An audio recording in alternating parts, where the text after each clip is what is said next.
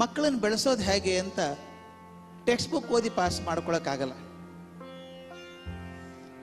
ಮಕ್ಕಳನ್ನು ಬೆಳೆಸೋದಕ್ಕೊಂದು ಫಾರ್ಮುಲಾ ಅಂತಿಲ್ಲ. ಅಡುಗೆ ಮಾಡಬೇಕಾದ್ರೆ ಬೇಕಾದ್ರೆ ರೆಸಿಪಿ ಬುಕ್ ಇಟ್ಕೊಂಡು ಅದ್ರ ಪ್ರಕಾರ ಎಷ್ಟೆಷ್ಟು ಉಪ್ಪು ಖಾರ ಹಾಕಬೇಕು ಮಾಡ್ಕೋಬೋದು. ಮಕ್ಕಳನ್ನು ಬೆಳೆಸೋಕೆ ರೆಸಿಪಿ ಬುಕ್ ಇಲ್ಲ, ಯಾವುದೂ ಇಲ್ಲ. ಈ ಕೊಟೇಶನ್ ಬಹಳ ಇಷ್ಟ ನನಗೆ. ಮೊದಲನೇ ಕೊಟೇಶನ್ ಬಹಳ ಇಷ್ಟ. ಅದರೊಳಗೆ ನನ್ನ ಸ್ನೇಹಿತ ಆತ ಜಾನ್ ವಿಲ್ಮಾಟ್ ಅಂತ is a professor in Oxford. ಅವನು ಬರೀತಾನೆ, before I got married I had 6 theories about bringing up children. ನಾವು have 6 children, no theories. Theory ನೋಡ್ಕೊಂಡು ಮಕ್ಕಳನ್ನ ಬೆಳೆಸೋಕ್ಕಾಗಲ್ಲ. ನಿಮಗೆ 2 ಮಕ್ಕಳಿದ್ರೆ ಗೊತ್ತಾಗಿರುತ್ತೆ. ಮೊದಲನೇ ಮಗು ಹೆಂಗೆ ಬೆಳೆಸಿದೋ ಗೊತ್ತಲ್ಲ, ಎರಡನೇದು ನೋಡಿ ಸಾಕಾಗಿ ಹೋಗಿದೆ ಅಂತ ಅನ್ಸುತ್ತೆ ಅಲ್ವಾ? ಮೊದಲನೇ ಬೇರೆ, ಎರಡನೇದೇ ಬೇರೆ. ಒಂದೇ ಪೇರೆಂಟ್ 2 ಮಕ್ಕಳು ಅನ್ಸೋಲ್ಲ. ಹೆಂಗೆ ನೋಡಿ, ಮೊದಲೇದು ಹೆಂಗಿತ್ತು, ಎರಡನೇದು ಹೇಗಿದೆ ಅಂತ ಅನ್ಸುತ್ತೆ ಅಲ್ವಾ? ಬೆಳೆಸೋ ರೀತಿನೇ ಬೇರೆ ಆಗ್ಬಿಡುತ್ತೆ. ಅದ್ಯಾಕೆ ನೀವು ಸ್ವಲ್ಪ ಹಿರಿಯರಾಗಿದ್ದರೆ ನಿಮ್ಮ ಮೊಮ್ಮಕ್ಕಳೇನಾದರೂ ಇದ್ದರೆ ಮನೇಲಿ ಅರ್ಥ ಆಗುತ್ತೆ. ಮಕ್ಕಳು ಹೆಂಗೆ ಬೆಳೆದ್ರೋ ಗೊತ್ತೇ ಆಗಲಿಲ್ಲ ರೀ, ಇವ್ರು ಬೆಳೆಸೋದು ಕಷ್ಟ ಆಗಿದೆ ನೋಡಿ ಮೊಮ್ಮಕ್ಕಳನ್ನ ಅಂತ ಅನ್ಸಲ್ವಾ? ಅಂದ್ರೆ ಏನಾಯ್ತು ಅಂದರೆ ಥಿಯರಿ ಅಂತ ಯಾವುದೂ ಇಲ್ಲ ಮಕ್ಕಳನ್ನು ಬೆಳೆಸೋದಕ್ಕೆ. ಅದಕ್ಕೆ ನಾನು ಕೆಲವೊಂದು ಕ್ವಿಕ್ ಆಗಿ ಹೇಳಬೇಕು. ಮುಂದಿನ ಭಾಳ ಇಷ್ಟ ಇದೆ ನನಗೆ. ಇದು ಭಾಳ ಬ್ಯೂಟಿಫುಲ್ ಸ್ಟೇಟ್ಮೆಂಟ್. ಅದು ಜಾಯ್ಸ್ ಮೇನಾರ್ಡ್ ಅಂತ ಬರೆದದ್ದು. It's not only children who grow up. ಮಕ್ಕಳು ಮಾತ್ರ ದೊಡ್ಡವರಾಗಲ್ಲ, ಪೇರೆಂಟ್ಸ್ ಡೂ ಟು. ನಮಗೇನು ಸೀನಿಯಾರಿಟಿ ಇಲ್ಲ. ನಾವು ಪೇರೆಂಟ್ ಆದದ್ದು ಯಾವತ್ತು? ಮಗು ಹುಟ್ಟಿದ ದಿವಸನೇ. ಸೀನಿಯಾರಿಟಿ ಏನಿಲ್ಲ. ಮಗು ಹುಟ್ಟಿದ ದಿವಸನೇ ನನ್ನ ಪೇರೆಂಟ್ ಆದದ್ದು. ಅದ್ರದ್ದು ಇಬ್ಬರಿಗೂ ಅಷ್ಟೇ ಸೀನಿಯಾರಿಟಿ ಇದೆ. ಅವನ ಮಗುವಾಗಿ ಸೀನಿಯಾರಿಟಿ ಇದೆ, ನಾ ಅಪ್ಪಾಗಿ ಸೀನಿಯಾರಿಟಿ ಇದೆ, ಅಷ್ಟೇ. ಹೇಳ್ತಾರೆ, as much as we watch to see what our children do with their lives, they are watching us to see what we do with ours. This is ಭಾಳ ಬ್ಯೂಟಿಫುಲ್. ಇದು ನಾವು ಮಕ್ಕಳಿಗೆ ಸಾಮಾನ್ಯ ಅಪ್ಪ ಅಮ್ಮ ಹೇಳೋದುಂಟು, ಇವನ್ನ ಹುಟ್ಟಿದಾಗ ನೀನು ನೋಡಿದ್ದೀನಿ, ಇವನು ನಾನು ಅನ್ನಲ್ವ ಮಕ್ಕಳ ಬಗ್ಗೆ. ಇವನ್ನ ಹುಟ್ಟಿದಾಗ ನೀನು ನೋಡಿದ್ದೀನಿ ನಾನು. ಅವನು ಅದೇ ಹೇಳ್ತಾನೆ, ಹುಟ್ಟಿದಾಗ ನೀನು ನೋಡಿದ್ದೀನಿ ನಾನಿನ್ನ ಅಲ್ವಾ? ನನಗೆ ಬೇರೆ ಕೆಲಸ ಇತ್ತು, ನೌಕರಿ ಇತ್ತು, ಕೆಲಸ ಇತ್ತು, ನೋಡೋದ್ರ ಜೊತೆಗೆ ಅವನಿಗೆ ನೋಡೋದು ಒಂದೇ ಕೆಲಸ ಆಗಿತ್ತು. ಹೀಗಾಗಿ ನಾವೇನು ನಾವು ನೋಡಿದ್ದೀವೋ ಅದಕ್ಕಿಂತ ಹೆಚ್ಚು ತೀಕ್ಷ್ಣತೆಯಿಂದ ನಮ್ಮನ್ನು ಗಮನಿಸಿದ್ದಾರೆ, ಮಕ್ಕಳು ಗಮನಿಸಿದ್ದಾರೆ. ಅದಕ್ಕೆ ಹೇಳ್ತಾರೆ, don't tell your son to go to moon. Moon ಅಥವಾ ಸನ್ ಅಂತ ಹೇಳ್ತಾನೋ. Yes. Don't ask your children to reach the sun. ಸೂರ್ಯನಂಗೆ ಆಗ್ಬೇಕು ನೀನು, ಸೂರ್ಯನಂಗೆ ಆಗಬೇಕು ಅಂತ ಹೇಳಬಾರ್ದು. You go there first and invite them. ಮೊದಲು ನಾವೇ ಹೋಗಿ ಕರಿಬೇಕು ಅವನು. ಮಕ್ಕಳೀಗ ಹೇಳಿದ್ದು ಕೇಳೋಲ್ಲ, ನಾವು ಮಾಡಿದ್ದು ನೋಡಿ ಕಲಿತಾರೆ. ಅದು ಭಾಳ ಮುಖ್ಯ ಇದೆ. ಅದಕ್ಕೆ ಆರ್ಟ್ ಆಫ್ ಪೇರೆಂಟಿಂಗಲ್ಲಿ ನಾನು ಪ್ಲ್ಯಾನ್ ಮಾಡ್ಕೊಂಡಿದ್ದು ಹೀಗೆ. ಇವತ್ತು ರೂಪರೇಷೆಗೆ ಹಾಕ್ಕೊಂಡಿದ್ದೀನಿ. ಸುಮಾರು 45 ನಿಮಿಷ ನಾನೊಂದು ಬ್ಯಾಕ್ಗ್ರೌಂಡ್ ಕೊಡ್ತೀನಿ, ಹೇಗಿರ್ತದೆ ಪೇರೆಂಟಿಂಗು ಅಂತ. ಆಮೇಲೆ ನೀವು ಏನು ಪ್ರಶ್ನೆ ಬೇಕಾದರೂ ಕೇಳ್ಬೋದು. ಆಗ್ಬೋದಲ್ಲ? The structure is okay. ಮೊದಲು ಕೆಲವೊಂದು ಫಾರ್ಮ್ಯಾಟ್ ಹಾಕಿ ಯಾವ ಥರ ಮಾಡ್ಬೋದು, ಯಾವ್ಯಾವ ಬೇಸಿಕ್ ಪ್ರಾಬ್ಲಮ್ಸ್ ಏನು ಬರುತ್ತೆ ಅಂತ ನೋಡ್ಕೊಳ್ಳೋಣ. ಇದೇನು ಏನಾದರೂ ಸ್ಪೆಸಿಫಿಕ್ ಇದ್ದರೆ ಕೇಳ್ಬೋದು. ಇದು ನನಗೆ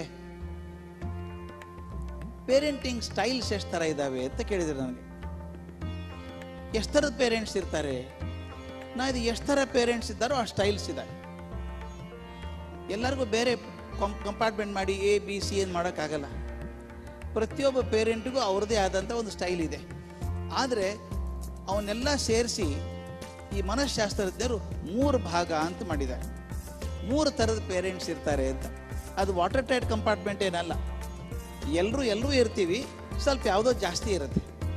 ಅದನ್ನು ಹೇಳಿದಾಗ ನಾವು ಯಾವ ಭಾಗಕ್ಕೆ ಸೇರ್ಕೋತೀವಿ ಅಂತ ನೋಡ್ಕೋಬೋದು ನಾವು. ಮೊದಲನೇದು ಭಾಳ ಚೆನ್ನಾಗಿದೆ. First one, over possessive parents ಅಂತ. ತೀರಾ ಕಾಳಜಿ ಮಾಡುವಂಥ ಪೇರೆಂಟ್ಸ್. ಅದು ಇತ್ತೀಚೆಗೆ ಹೊಸ ಪೇರೆಂಟ್ಸ್ ಜಾಸ್ತಿ. ಯಾಕಂದರೆ ಈಗ ಮೊದಲನೇ ಹಾಗೆ ಜಾಯಿಂಟ್ ಫ್ಯಾಮಿಲಿ ಇಲ್ಲ. ನನಗೆ ಯಾಕೋ ಪದಾನೇ ಇಷ್ಟ ಇಲ್ಲರಿ, ಅದು ಜಾಯಿಂಟ್ ಅಂತ. ಜಾಯಿಂಟ್ ಅನ್ನೋ ಪದಾನೇ ಸರಿ ಇಲ್ಲ. ಈಗ ಕೊಡ ನೋಡಿದ್ದೀರಿ, ಸ್ಟೀಲ್ ಕೊಡ ಇರ್ತಾವಲ್ಲ, ಸೋರೋದು ಎಲ್ಲಿ? ಜಾಯಿಂಟಲ್ಲೇ ಸೋರೋದು ಅಲ್ವಾ? ಸೋರೋದೆಲ್ಲ ಜಾಯಿಂಟ್ ಆದಲ್ಲೇ. ಆ ಶೀಟಲ್ಲೆಲ್ಲೂ ಸೋರಲ್ಲ, ಅದು ಜಾಯಿಂಟಲ್ಲೇ ಸೋರೋದು. ಅದಕ್ಕೆ ನಾನು ಹೇಳೋದು ಜಾಯಿಂಟ್ ಫ್ಯಾಮಿಲಿ ಅನ್ನೋದು ಬೇಡ. ಜಾಯಿಂಟ್ ಫ್ಯಾಮಿಲಿನೇ ಅಲ್ಲ ಅದು, ಜಾಯಿಂಟ್ ಅಲ್ಲ ಅದು. It is A integrated family. ಎಷ್ಟು ಚೆನ್ನಾಗಿರೋದು ಒಟ್ಟು ಕುಟುಂಬ ಅಂತ ಕನ್ನಡದಲ್ಲಿ ಕರಿತೀವಿ ನಾವು. ಒಟ್ಟು ಕುಟುಂಬ ಬಹಳ ಚಂದ ವರ್ಡ್ ಅದು, ಒಟ್ಟಾಗಿರುವಂಥ ಕುಟುಂಬ. ಮೊದಲು ಹಾಗಿತ್ತು. ನೀವೆಲ್ಲ ಬಹುಶಃ ಸಣ್ಣವರಿದ್ದಾಗ ಹಾಗಿತ್ತು ಅನಿಸುತ್ತೆ. ಅಪ್ಪ, ದೊಡ್ಡಪ್ಪ, ಚಿಕ್ಕಮ್ಮ, ಎಲ್ಲರೂ ಇರೋರು. ಮನೆಯಲ್ಲಿ ಒಂದು 15 ಜನ ಮಕ್ಕಳು ಇರಬೇಕು. ನಾವು ತಕರಾರು ತೊಗೊಂಡು ದೊಡ್ಡವ್ರ ಹತ್ರ ಹೋಗ್ತಾನೆ ಇರಲಿಲ್ಲ, ಅಲ್ಲೇ ಸಾಲ್ವ್ ಆಗ್ಬಿಡೋದು ಎಲ್ಲನೂ. ದೊಡ್ಡ ಅಕ್ಕನೋ ಅಣ್ಣನೋ, ಹಂಗಲ್ಲ ಸುಮ್ಮನಿರೋ, ನನಗೂ ಹಂಗೆ ಆಗಿತ್ತು ಸುಮ್ಮನಿರೋ ಅಂತ ಹೇಳ್ಬಿಡ್ಬೇಕು, ಸಾಲ್ವ್ ಆಗ್ತಿತ್ತು. ಈಗೇನಾಗಿದೆ, we have a single child syndrome ಅಂತ. ಒಂದೇ ಮಗು ಸಾಕು, ಎರಡು ಬೇಡ, ಒಂದು ಸಾಕು. ಬಹಳ ಅಂದರೆ ಎರಡು. ಅವನ್ನ ನೀವು ಮೈಕ್ರೋಸ್ಕೋಪ್ ಕೆಳಗಿಟ್ಟು ಬೆಳೆಸ್ತಾ ಇದ್ದೀವಿ ಮಕ್ಕಳನ್ನ ನಾವೀಗ. ಲೆನ್ಸ್ ಬುಡಕಲ್ಲ, ಮೈಕ್ರೋಸ್ಕೋಪ್ ಕೆಳಗಿಟ್ಟು. ಆ ಹುಡುಗ ಏನು ಮಾಡ್ತಾನೆ, ಹುಡುಗಿ ಏನು ಮಾಡ್ತಾನೆ, ಎಷ್ಟು ಮಾನಿಟರ್ ಮಾಡೋದ್ರಿ. ನಾನು ಬೆಳಗ್ಗೆ ಹೇಳ್ತಾ ಇದ್ದೆ, ಪೇರೆಂಟಿಂಗ್ ನಮ್ಗೆ ಆ್ಯಕ್ಚುಲಿ ವರ್ಕ್ಶಾಪ್ ಬೇಕಾದದ್ದು ಪೇರೆಂಟ್ಸಿಗೆ ಜಾಸ್ತಿ ಬೇಕು ಹುಡುಗರಿಗಿಂತ. ಎಷ್ಟು ಚಿಂತೆ ಆಗಿದೆ ಪೇರೆಂಟ್ಸಿಗೆ ಅಂದರೆ, ನಿಮ್ಮ ಮೊದಲು ಗೊತ್ತಿ, ನಾವು ಹುಡುಗರಾಗಿದ್ದಾಗ ಶಾಲೆಯಲ್ಲಿ ಮಾಸ್ಟರ್ ಬೈದರೆ ಹೊಡಿತಿದ್ರು ಅವಾಗ ನಮಗೆಲ್ಲ ಸರಿಯಾಗಿ. ಹೊಡೆದ್ರೆ ಮನೆಗೆ ಹೋಗಿ ಹೇಳ್ತಿರ್ಲಿಲ್ಲ ನಾವು. ಯಾಕೆ ಹೇಳಿ? ಮನೆಗೆ ಹೇಳಿ ಸರಿ ಆಯ್ತು ನಿನಗೆ, ಇನ್ನೊಂದು 4 ಬೇಕಾಗಿತ್ತು ನಿನಗೆ ಅಂತಿದ್ರು. ಈಗ ಪೇರೆಂಟ್ಸ್ ಬರ್ತಾರೆ, ಏನ್ರಿ ನಿಮ್ಮ ಟೀಚರ್ ನಮ್ಮ ಹುಡುಗನೇ ಜಾಸ್ತಿ ನೋಡ್ತಿದ್ರಂತೆ ಕ್ಲಾಸಲ್ಲಿ, ಇನ್ನೇನು ಮಾಡ್ಬೇಕು, ನೋಡಬಾರ್ದು ಅವನ್ನ. ಅಷ್ಟು ಸೆನ್ಸಿಟಿವ್ ಆಗಿಬಿಟ್ಟಿದ್ದೀವಿ ನಾವೀಗ, ಓವರ್ ಸೆನ್ಸಿಟಿವ್. ಆ ಮಗು ಏನು ಮಾಡ್ತಾನೋ, ಏನು ತಿಂತಾನೆ, ಅದು ಮಾಡ್ತಾನೆ, ವಿಪರೀತ ಕಾಳಜಿ ಮಾಡ್ತೀವಿ. ಮಾಡಬಾರ್ದು ಅಂತಲ್ಲ, ಓವರ್ ಪಾಸಿಟಿವ್ ಆದರೆ ಏನಾಗುತ್ತೆ ಗೊತ್ತಾ, ಅವ್ರು ಸ್ವಂತ ಕೆಲಸ ಮಾಡೋಕ್ಕೆ ಬಿಡೋದೇ ಇಲ್ಲ ನಾವು. ನೀವೆಲ್ಲ ಭಾಳ ಒಳ್ಳೆಯವರಿದ್ದೀರಪ್ಪ, ನಾನು ನೋಡಿದ್ರೆ ಹೇಳಬೇಕು ಅನ್ಸಲ್ಲ, ಬಟ್ ಹೇಳ್ಬಿಡ್ತೀನಿ, ಇಷ್ಟು ಒಳ್ಳೆಯವರಿದ್ದೀವಿ. ಕೆಲವು ತಾಯಂದರು ಮಕ್ಕಳು ಹೋಮ್ವರ್ಕು ಅವರೇ ಮಾಡ್ತಾರೆ ಎಡಗೈಲೆ, ಬಲಗೈಲೆ ಎಡಗೈಲೆ ಮಾಡ್ಬೇಕಂದ್ರೆ ಗೊತ್ತಾಗಬೇಕಲ್ಲ. ಶಾಲೆಯಲ್ಲಿ ಟೀಚರ್ ಮಾಡಿದ್ದು ಅಮ್ಮ ಮಾಡಿದ್ದು ಗೊತ್ತಾಗಬಾರ್ದಲ್ಲ. ಯಾವ್ದಕ್ಕೆ ಮಾಡೋದು? ಪಾಪ ನಿದ್ದೆ ಮಾಡಲಿ ಬಿಡ್ರಿ, ಪಾಪ ನಾಳೆ ಬೈಸ್ಕೋತಾನೆ ಸ್ಕೂಲಲ್ಲಿ, ನಾನೇ ಮಾಡಿಬಿಡ್ತೀನಿ. ಡ್ರಾಯಿಂಗ್ ನಾನೇ ತೆಗೆದುಬಿಡ್ತೀನಿ. ನೋಡಿದ್ದೀನಿ ನಾನು, ಕೊಡ್ತಾರಲ್ಲ ಪ್ರಾಜೆಕ್ಟ್ ವರ್ಕ್ ಅಂತ ಕೊಡ್ತಾರಲ್ಲ, ನಾವೆಲ್ಲ ಮೇಷ್ಟಿಗೆ ಗೊತ್ತಾಗುತ್ತೆ, ನೋಡಿದ ತಕ್ಷಣ ಗೊತ್ತಾಗುತ್ತೆ ಇದು ಪೇರೆಂಟ್ಸ್ ವರ್ಕ್, ಹುಡುಗರ ವರ್ಕ್ ಅಲ್ಲ ಅಂತ ಗೊತ್ತಾಗುತ್ತೆ. ಎಲ್ಲ ನಾವೇ ಮಾಡೋದು, ಬೇಕಿಲ್ಲ. ಡೋಂಟ್ ಡೂ ಡೋರ್ ಥಿಂಗ್ಸ್, ಅಷ್ಟು ಮಾಡೋ ಕಾರಣನೇ ಇಲ್ಲ. ಆ ಹುಡುಗ ಮಾಡ್ತಿದ್ರೆ ಏನೂ ತಪ್ಪಿಲ್ಲ. ಒಂಚೂರು ಶಾಲೆಯಲ್ಲಿ ಬೈಸ್ಕೊಳ್ಳಿ, ಏನು ತೊಂದರೆ ಇಲ್ಲ, ತನ್ನ ಜವಾಬ್ದಾರಿ ತನಗೆ ಬರುತ್ತೆ. ನಾವು ಎಷ್ಟು ಕಾಳಜಿ, ಹುಡುಗ ಬಿದ್ದರೆ ಅಯ್ಯೋ ಹುಡುಗ ಬಿದ್ದ. ಮೊನ್ನೆ ದಿವಸ ನಾನು ಟ್ರೈನಲ್ಲಿ ಬರಬೇಕಾದ್ರೆ ಈ ಗಂಡ ಹೆಂಡತಿ ಕೂತಿದ್ದಾರೆ, ಹೊಸ ಗಂಡ ಹೆಂಡತಿಯವರು, ಅಂದರೆ ಒಂದು ಸಣ್ಣ ಮಗು ಇದೆ, ರೀಸೆಂಟ್ಲಿ ಪೇರೆಂಟ್ ಆದವರು. ಅದು 3 ವರ್ಷದ ಮಗು ಇರಬೇಕು. ಅದನ್ನು ಕೂಡಿಸ್ಕೊಟ್ಟು ಅದು 3-4 ವರ್ಷ ಇರಬೇಕು. ಬಾಯಲ್ಲಿ ತುತ್ತು ಹಾಕ್ತಾನೆ ಇದ್ದಾರೆ, ತಿನ್ನು, ಆ ಮಾಡು, ಅದು ಬೇಡ ಅಂತ ಓಲಾಡ್ತದೆ. ಈ ನಮ್ಮ ಕಡೆ ಗಾರೆ ಕೆಲಸ ಮಾಡಿದಾಗ ಸಿಮೆಂಟ್ ಹೊಡಿತಾರಲ್ಲ ಗೋಡೆಗೆ, ನನಗೆ ಆ ಮಗು ನೋಡಿ ದುಃಖ ಆಗೋದು. ತಿನ್ನು ಅದು ಹೋಗ್ತಾ ಇಲ್ಲ ಬಾಯಿ. ನಾನು ಕಡೆಗೆ ನೋಡ್ಲಾರ್ದೆ ಕೇಳಿದೆ, ಅಮ್ಮ ಹುಡುಗನ ಕೈ ಚೆನ್ನಾಗಿದೆಯಲ್ಲ ಅಂದೆ. ಚೆನ್ನಾಗಿದೆ, ತಿನ್ಲಿ ಬಿಡ್ರಿ, ನೀವ್ಯಾಕೆ ತಿನ್ನಿಸ್ತಿರೋದಕ್ಕೆ, ಕೈ ಇಲ್ವಾ? ನಾವು ಹಾಗೆ ಮಾಡೋದು, ಕೆಳಗೆ ಇಳಿಸಲ್ಲ ರೀ ಮಕ್ಕಳು. ಕೆಲವು ನೋಡಿದ್ದೀನಿ ನಾನು, ಪಾಪ ಪುಟ್ಟ ಕಾಲು ನೋಯಿಸುತ್ತೆ, ನೆಲಕ್ಕೆ ಕಾಲು ಹತ್ತಿದೆ, ಒಂದು 6 ವರ್ಷ ಅವನಿಗೆ. ನೀವು ಹಾಗೆ ಎತ್ಕೊಂಡು ಅಡ್ಡಾಡಿದ್ರೆ ಅವನೇನು ಮಾಡ್ತಾನೆ ಗೊತ್ತಾ, 8 ವರ್ಷಕ್ಕೆ ಕೈ ಮಾಡ್ತಾನೆ, ಎತ್ಕೋ ಅಂತಾನೆ. ಬರೋದು ನೀವೇ ಅವಾಗ. ಅವನ ಕಾಲು ನಡಿಬೇಕು. ತೀರಾ ಕಾಳಜಿ ಮಾಡಿದಾಗ ಮಕ್ಕಳನ್ನು ಬೆಳೆಯೋಕ್ಕೆ ಅವಕಾಶ ಕೊಡಲ್ಲ ನಾವು. ಬಹಳ ವಿಚಿತ್ರ ಪರಿಸ್ಥಿತಿ ಇದೆ ಇದು. ಪ್ರೀತಿ ಮಾಡಬೇಕು, ಅತಿ ಪ್ರೀತಿ ಆದರೆ ಬೆಳವಣಿಗೆಗೆ ಅಡ್ಡ ಆಗತ್ತೆ ಅನ್ನೋ ತಿಳ್ಕೊಬೇಕು. ಭಾಳ ಹಿಂದೆ ಒಂದು ಕತೆ ಹೇಳೋರು, ಈ ಒಬ್ಬರ ಮನೆಯಲ್ಲಿ ರೇಷ್ಮೆ ಮೊಟ್ಟೆ ಇತ್ತು, ಮಾಡ್ತಾರೆ. ಆ ಹುಡುಗ ನೋಡ್ತಾ ಇದ್ದ, ಮೊಟ್ಟೆ ಅಲಗಾಡೋಕ್ಕೆ ಶುರು ಆಯಿತು. ಬರೀ ಅಲಗಾಡತ್ತಲ್ಲ, ಒಳಗೇನು ಇರಬೇಕಲ್ಲ ಇದಕ್ಕೆ ಅಂತ ನೋಡ್ತಾನೆ ಇದ್ದ. ಅರ್ಧ ಗಂಟೆ ಒದ್ದಾಡ್ತು, ಮೊಟ್ಟೆ ಹೀಗೆ ತಿರುಗಾಡ್ತು, ಮೇಲೆ ಚಿಪ್ ಹೊಡಿತು. ಒಳಗೆ ನೋಡ್ತಾನೆ, ಏನು ಹುಳ ಕಂಡಂಗೆ ಕಾಣ್ತಾ ಇದೆ. ಮತ್ತೆ ಅರ್ಧ ಗಂಟೆ ಒದ್ದಾಡಿದ್ಮೇಲೆ ಆ ಹುಳ ಹೊರಗಡೆ ಬಂತು. ಸ್ವಲ್ಪ ಹೊತ್ತು ಬಿದ್ದು ವಿಶ್ರಾಂತಿ ತಗೊಂತಂತೆ. ಆಮೇಲೆ ಪಾತ್ರೆಗೀತಿಯಾಗಿ ಹಾರು ಹೋಯ್ತಂತೆ. ಆ ಹುಡುಗ ಅಂದ, ಪಾಪ ಎಷ್ಟು ಕಷ್ಟಪಡುತ್ತಲ್ಲ ಅದು ಹೊರಗೆ ಬರಬೇಕಾದ್ರೆ. ಇನ್ನೊಂದು ಮೊಟ್ಟೆ ಅಲಗಾಡೋಕೆ ಶುರು ಆಯಿತು.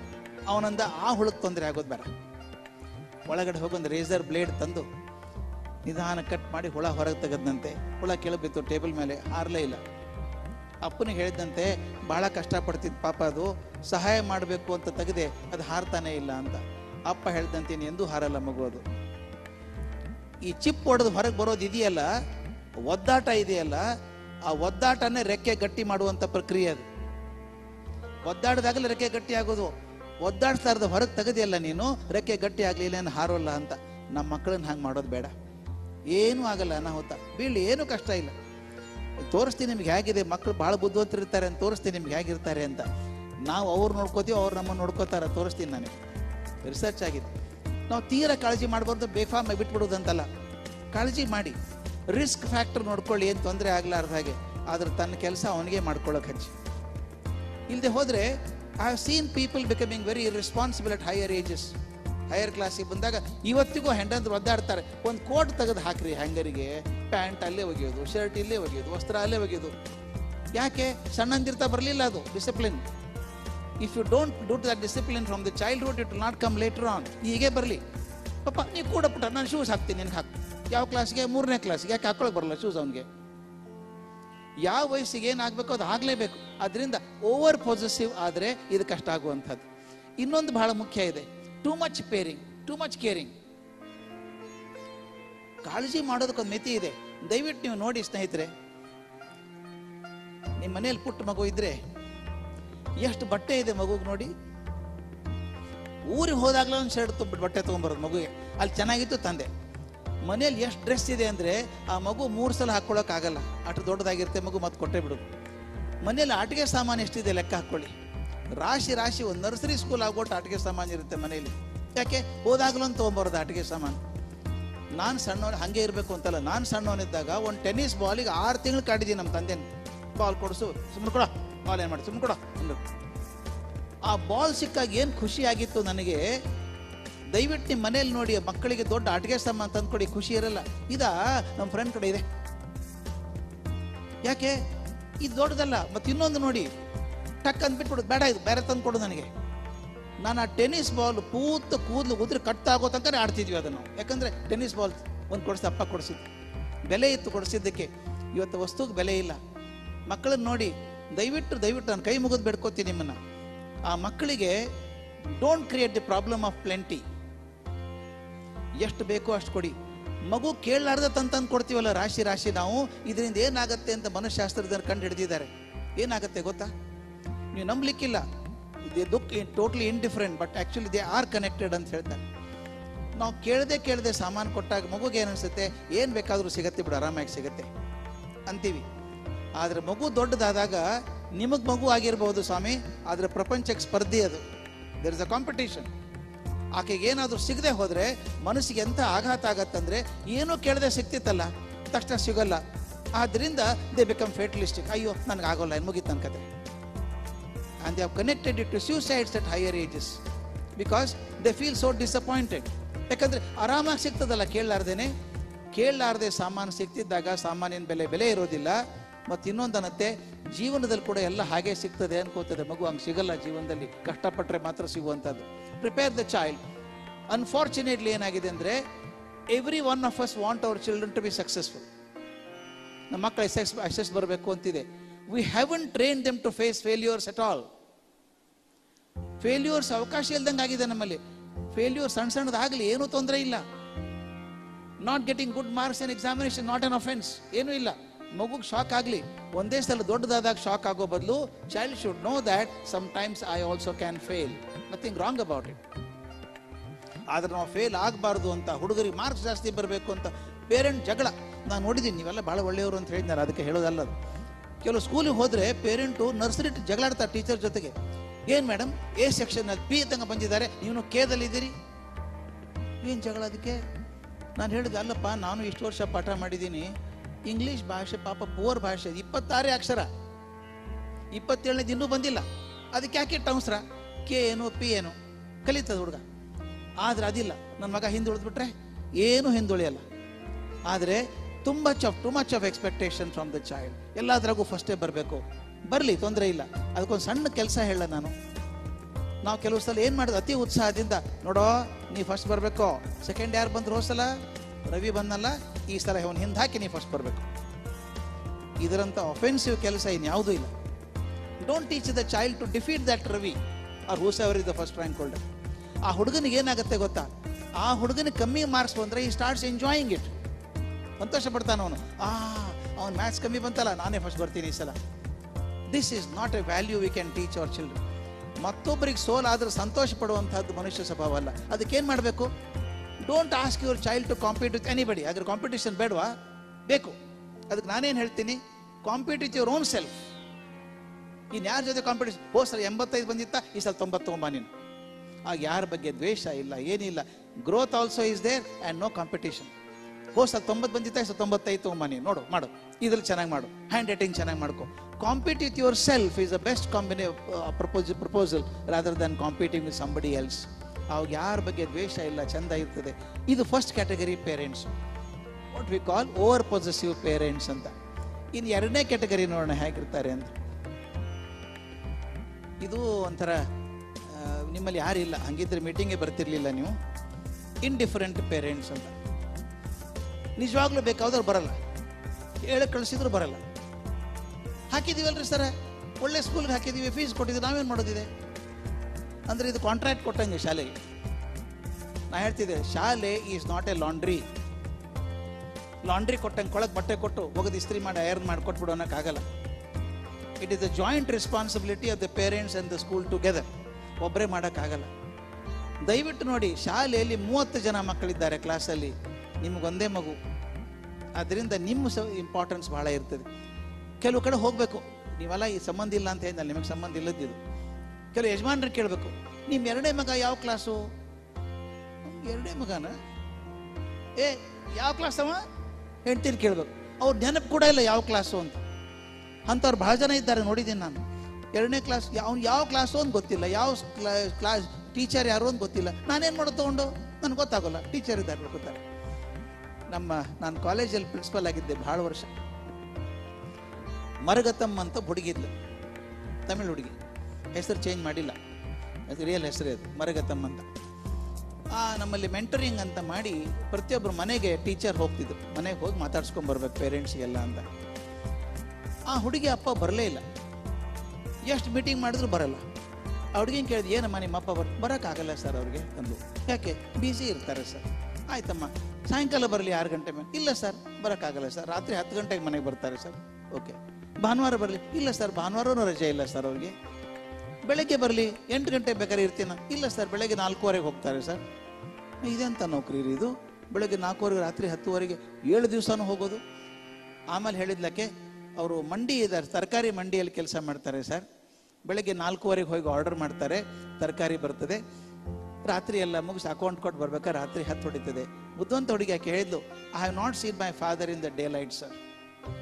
ಹಗಲು ಬೆಳಕಲ್ಲಿ ನಮ್ಮ ಅಪ್ಪನ ಮುಖಾನೇ ನೋಡಿಲ್ಲ ಅಂದು. ಇನ್ನೇನು ಮಾಡೋದು? ನಾನೇ ಒಂದು ದಿವಸ ಸೋಮವಾರ ಮಂಡಿಗೆ ಹೋದೆ, ತರಕಾರಿ ಮಂಡಿಗೆ. ಅವ್ರ ಅಪ್ಪನಿಗೆ ಗಾಬರಿ ಆಗಿಬಿಡ್ತು. ಪ್ರಿನ್ಸಿಪಾಲ್ ಬಂದಾರ ಮಂಡಿಗೆ ಅಂದರೆ 2 ಕಾರಣ ಇರಬೇಕು. ಒಂದು, ಪ್ರಿನ್ಸಿಪಾಲ್ ತರಕಾರಿ ಬೇಕಾಗಿರಬೇಕು, ಇಲ್ಲದೆ ಹೋದರೆ ಮಗಳೇನೋ ತಕರಾರು ಮಾಡಿರ್ಬೇಕು ಶಾಲೆಯಲ್ಲಿ. ತರಕಾರಿ ಅವ್ರ ತಕರಾರು 2 ಪೈಕಿ ಒಂದಿರ್ಬೇಕು. ನಾ ಹೋದೆ, ಏನು ಸರ್ ಏನು ಪ್ರಾಬ್ಲಮ್ ಸರ್? ಪ್ರಾಬ್ಲಮ್ ನಂದೇನು ಇಲ್ಲಪ್ಪ, ನಿನಗೆ ಪ್ರಾಬ್ಲಮ್ ನಿಂದಿದೆ ನನಗೆ ಅಂತ ಹೇಳಿದೆ. ನಿನ್ನ ಮಗಳು ಹೇಳ್ತಾಳೆ, ಇಷ್ಟೆಲ್ಲ ತರಕಾರಿ ಮಾಡಿ ದುಡ್ಡು ಗಳಿಸ್ತಿರಲ್ಲ, ಎದಕ್ಕೆ ಕಳಿಸ್ತೀರಿ ಇದನ್ನು ಅಂತ ಕೇಳಿದೆ. ಮಕ್ಕಳಿಗೆ ಮಾಡಬೇಕಲ್ಲ ಸರ್, ನಾವೆಲ್ಲ ಸ್ಟ್ಯಾಂಡರ್ಡ್ ಆನ್ಸರ್ ಕೊಡೋರು ಎಲ್ಲ ಪೇರೆಂಟ್ಸು, ಮಕ್ಕಳಿಗೋಸ್ಕರ ಮಾಡಬೇಕಲ್ಲ ಸರ್. ಅಲ್ಲಪ್ಪ, ಮಕ್ಕಳಿಗೋಸ್ಕರ ಇಷ್ಟೆಲ್ಲ ಮಾಡ್ತೀವಿ, 1 ತಾಸು ಕೊಡೋಕ್ಕಾಗಲ್ವ ತಿಂಗಳಿಗೆ?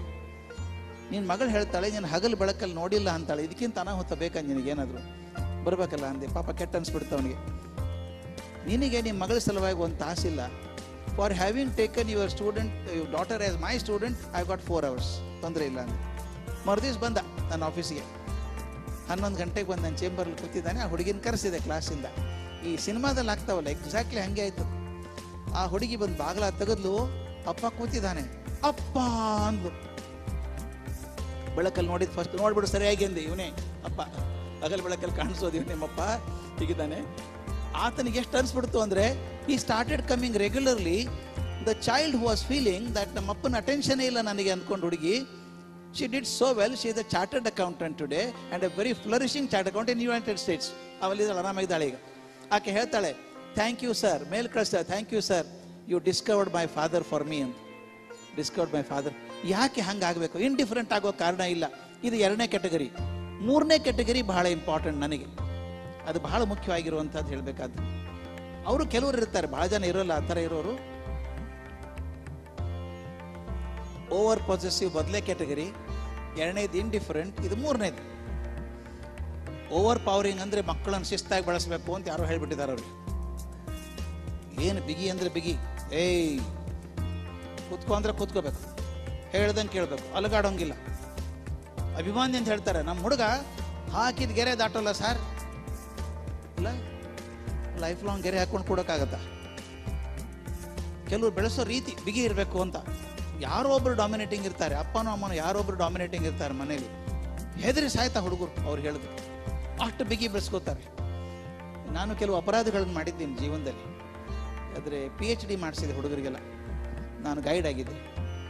ಒಬ್ಬ ಹುಡುಗ ಬಾಂಬೆದಿಂದ ಬಂದ PhD ಮಾಡೋಕೆ ನನ್ನ ಕಡೆಗೆ. ಅವನ ಹೆಸರು ಬದಲಿ ಮಾಡ್ತೀನಿ, ಪಾಪ ಬೆಂಗಳೂರಲ್ಲಿದ್ದಾನೆ, ಯಾಕಂದ್ರೆ ಗೊತ್ತಾಗುತ್ತೆ, ಬೇಜಾರು ಹೋಗ್ಕೊತಾನೆ ಅವನು. ಸುಧಾಕರ ಅಂತ ಇಟ್ಕೊಂಡು ಅವನ ಹೆಸರು. ಬಾಂಬೆದಿಂದ ಬಂದ, ಇನ್ಸ್ಟಿಟ್ಯೂಟ್ ಆಫ್ ಸೈನ್ಸಿಂದ ಅಲ್ಲಿ MSc ಮಾಡ್ಕೊಂಡು ಬಂದಿದ್ದಾನೆ, ಕೆಮಿಸ್ಟ್ರಿನೊಂದು. ಬಂದು ಸೇರ್ಕೊಂಡ 8 ದಿವಸ ಆಯಿತು. ಸಾಮಾನ್ಯವಾಗಿ ಡೈರೆಕ್ಟ್ಲಿ ಗೈಡ್ ಕಡೆ ಬರೋಲ್ಲ ಹುಡುಗರು, ಸೀನಿಯರ್ ಸ್ಟೂಡೆಂಟ್ಸ್ ಇರ್ತಾರೆ, ಮಾಡ್ತಿರ್ತಾನೆ. ಇವನು ಬಂದ, ಸರ್ ಒಂದು 20 ml ಆಲ್ಕೋಹಾಲ್ ತೊಗೊಳ್ಳ ಸರ್ ಅಂದ. ಯಾಕೋ ಅಂದೆ. ಪ್ರಾಕ್ಟಿಕಲಿಗೆ ಸರ್, ಪ್ರಾಕ್ಟಿಕಲಿಗೆ ತಗೋ ಪರವಾಗಿಲ್ಲ. ಮತ್ತೆ ಬಂದ, ಅದನ್ನು ಕುದಿಸ್ಲಾ ಸರ್ ಅಂದ. ಕುದಿಸು ಅಂದೆ. ಇದನ್ನು ಹಾಕ್ಲಾ ಸರ್ ಅಂದ. ಹಾಕು ಅಂದೆ. ತಿರ್ಗಾ ಮರಗೆ ಬರೋಣ 5 ನಿಮಿಷಕ್ಕೆ, ಅದು ಮಾಡ್ಲಾ ಇದು ಮಾಡ್ಲಾ ಸೋಸ್ಲಾ ಕುದಿಸ್ಲಾ ಅಂತ ಕೇಳೋನು. ನಾ ಇಲ್ಲಿ ಬಾರೋ ಇಲ್ಲೇ ಸುಧಾಕರ, ಇಂಗ್ಲೀಷ್ ಬರ್ತದಲ್ಲ ನಿನಗೆ? ಬರ್ತದೆ ಸರ್. ಮತ್ತು ಕೆಮಿಸ್ಟ್ರಿ ಕಲ್ತಿ ಇಲ್ಲೋ? ಕಲ್ತೀನಿ ಸರ್. ಮತ್ತು ತಿರ್ಗಾ ಮರಗೆ ಯಾಕೆ ಕೇಳ್ತೀನಿ? ನನಗೆ ಪ್ರೊಸೀಜರ್ ಕೊಟ್ಟಿದ್ದೀನಿ, ಅದ್ರ ಪ್ರಕಾರ ಮಾಡು ಅಂದೆ. ಸುಮ್ಮನೆ ಕೇಳಿದೆ ಸರ್ ಅಂದ. ಯಾಕೋ ತಮಾಷೆ ಅನ್ನಿಸ್ತು ನನಗೆ, ಯಾಕೋ ಹುಡುಗಂದಿ ಒಂದು ದಿವಸ ಬಂದ, ಸರ್ ನಾನು ಸ್ವಲ್ಪ ಬೇಗ ಮನೆಗೆ ಹೋಗ್ಲಾ ಸರ್ ಅಂದ. ಹೋಗು, ಇದೇನು ಪ್ರೈಮರಿ ಸ್ಕೂಲಾ ಪರ್ಮಿಷನ್ ತೊಗೊಂಡು ಹೋಗೋದಕ್ಕೆ? PhD ಅಪ್ಪ, ನೀವು ಹೋಗ್ತಿದ್ರು ಹೋಗಿ ಬೇಗ ಹೋಗು. ನಾನು ಏನು ತೊಂದರೆ ಇದೆ ಏನಾದರೂ ಅಂತ ಹೇಳಿದೆ. ಏನಿಲ್ಲ ಸರ್, ಅಮ್ಮ ಮನೇಲಿ ಇದ್ದಾರಲ್ಲ ಸರ್, ಅದಕ್ಕೆ ಹೋಗ್ಬೇಕು ಸರ್ ಅಂದ. ಅಮ್ಮ ಮನೇದು ನೀನು ಯಾಕೆ ಹೋಗ್ಬೇಕು ಅಂದೆ. ಶರ್ಟ್ ತೊಗೋಬೇಕಾಗಿತ್ತಲ್ಲ ಸರ್, ಅದಕ್ಕೆ ಅಮ್ಮನ ಕರ್ಕೊಂಡು ಹೋಗ್ಬೇಕು ಸರ್. ಯಾಕೆ ನೀನು ತೊಗೊಳಕ್ಕೆ ಬರಲ್ಲ ಅಂತ. ನನಗೆ ಗೊತ್ತಾಗಲ್ಲ ಸರ್ ಬಣ್ಣ ಅಂದ. ಎಲ್ಲ ಚಂಡಾಲ, ಕಣ್ಣೇ ಕಾಣಿಸಲ್ಲ. ಮತ್ತು PhD ಕೆಮಿಸ್ಟ್ರಿ ಮಾಡೋಕೆ ಬಂದೆ, ಕೆಮಿಸ್ಟ್ರಿ ಬಣ್ಣ ಗೊತ್ತಿದ್ರೆ PhD ಏನು ಮಾಡ್ತಾನಂತಲ್ಲ ಇವನು.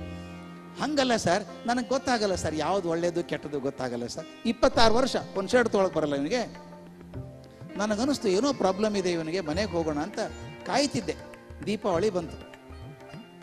ಅವರಪ್ಪ ಹೇಳಿ ಕಳಿಸಿದ್ರು. ಅವರಪ್ಪ ಡಾನ್, ಅವರು ಡಾನ್ ಅಂದ್ರೆ ಡಾನ್.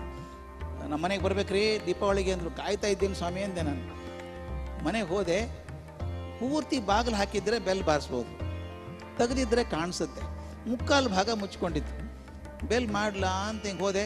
ಎಸ್ ಕಮೆನ್ ಅಂತ ಬೂಮಿಂಗ್ ವಾಯ್ಸ್ ಬಂತು. ಒಳಗಡೆ ಕಾಲಿಟ್ಟೆ. ಎದುರುಗಡೆ ಕೂತಿದ್ದಾರೆ ಹುಡುಗನ ಅಪ್ಪ ಡಾನ್ ಅವರು. 3 ಸೀಟರ್ ಸೋಫಾ ತುಂಬ ಕೂತಿದ್ದಾರೆ. ಕೂತ್ಬಿಟ್ಟು ಬನ್ನಿ ಒಳಗಡೆ ಅಂದರು. ಒಳಗಡೆ ಕಾಲಿಟ್ಟ ತಕ್ಷಣ ಜೋರಾಗಿ ಕೂಗಿದ್ರು. ಸುಧಾಕರ ಅಂದರು. ರಾನೂರು ಬಂದಿದ್ದ ಅವನಲ್ಲಿ. ಬಂದು ನಮಸ್ಕಾರ ಸರ್, ಬಂದದ್ದು ಭಾಳ ಸಂತೋಷ ಆಯಿತು ಸರ್, ಬನ್ನಿ ಸರ್ ಕೂಡಿ ಸರ್ ಅಂಥದ್ದು ಕುರ್ಚಿ ಕಡೆ ಕರ್ಕೊಂಡು ಹೋದ. ಬೇರೆ ಕಡೆ ಹೋಗಂಗಿಲ್ಲ, ಅಲ್ಲೇ ಹೋಗ್ಬೇಕು ನಾನು. ಒಂದು ಹೆಜ್ಜೆ ಮುಂದಿಟ್ಟೆ. ಹೋಗಿದ್ರು ಮತ್ತೆ. ಕೀರ್ತಿ ಅಂದರು. ಇದು ಯಾವ ಕೀರ್ತಿದು? ಒಬ್ಬ ಹುಡುಗಿ ಓಡಿ ಬಂದು, ಇವನ್ ತಂಗಿ, ಸುಧಾಕರನ್ ತಂಗಿ. Same dialogue. ನಮಸ್ಕಾರ ಸರ್, ಮನೆಗೆ ಬಂದದ್ದು ಭಾಳ ಸಂತೋಷ ಆಯಿತು ಸರ್, ಕೂಡಿ ಸರ್ ಅಂದರು. ಇನ್ನೊಂದು ಹೆಜ್ಜೆ ಇಟ್ಟೆ. ಮತ್ತೆ ಹೋಗಿದ್ರು. ಜಾನಕಿ ಅಂದರು. ಜಾನಕಿ ಯಾರು? ಸುಧಾಕರನ್ ತಾಯಿ, ಅವ್ರ ಹೆಂಡತಿ. ಅವ್ರು ಬಂದರು. ಅದೇ ಡೈಲಾಗ್. ನಮಸ್ಕಾರ ಸರ್, ಮನೆಗೆ ಬಂದದ್ದು ಭಾಳ ಸಂತೋಷ ಸರ್, ಕೂತ್ಕೊಳ್ಳಿ ಸರ್ ಅಂದರು. ಇನ್ನೇನು ಕೂತ್ಕೋಬೇಕು ಅಂತ ಹೋದೆ. ಮತ್ತೆ ಅವ್ರು ಜೋರಾಗಿ ಕೂಗಿದ್ರು. ಜಾನಕಿ ಅಂದರು. ಎಲ್ಲ ಇವನ 2ನೇ ಜಾನಕಿ. ಒಂದು ಜಾನಕಿ ಬಂದಾಯ್ತು. 2ನೇ ಜಾನಕಿ ಏನು?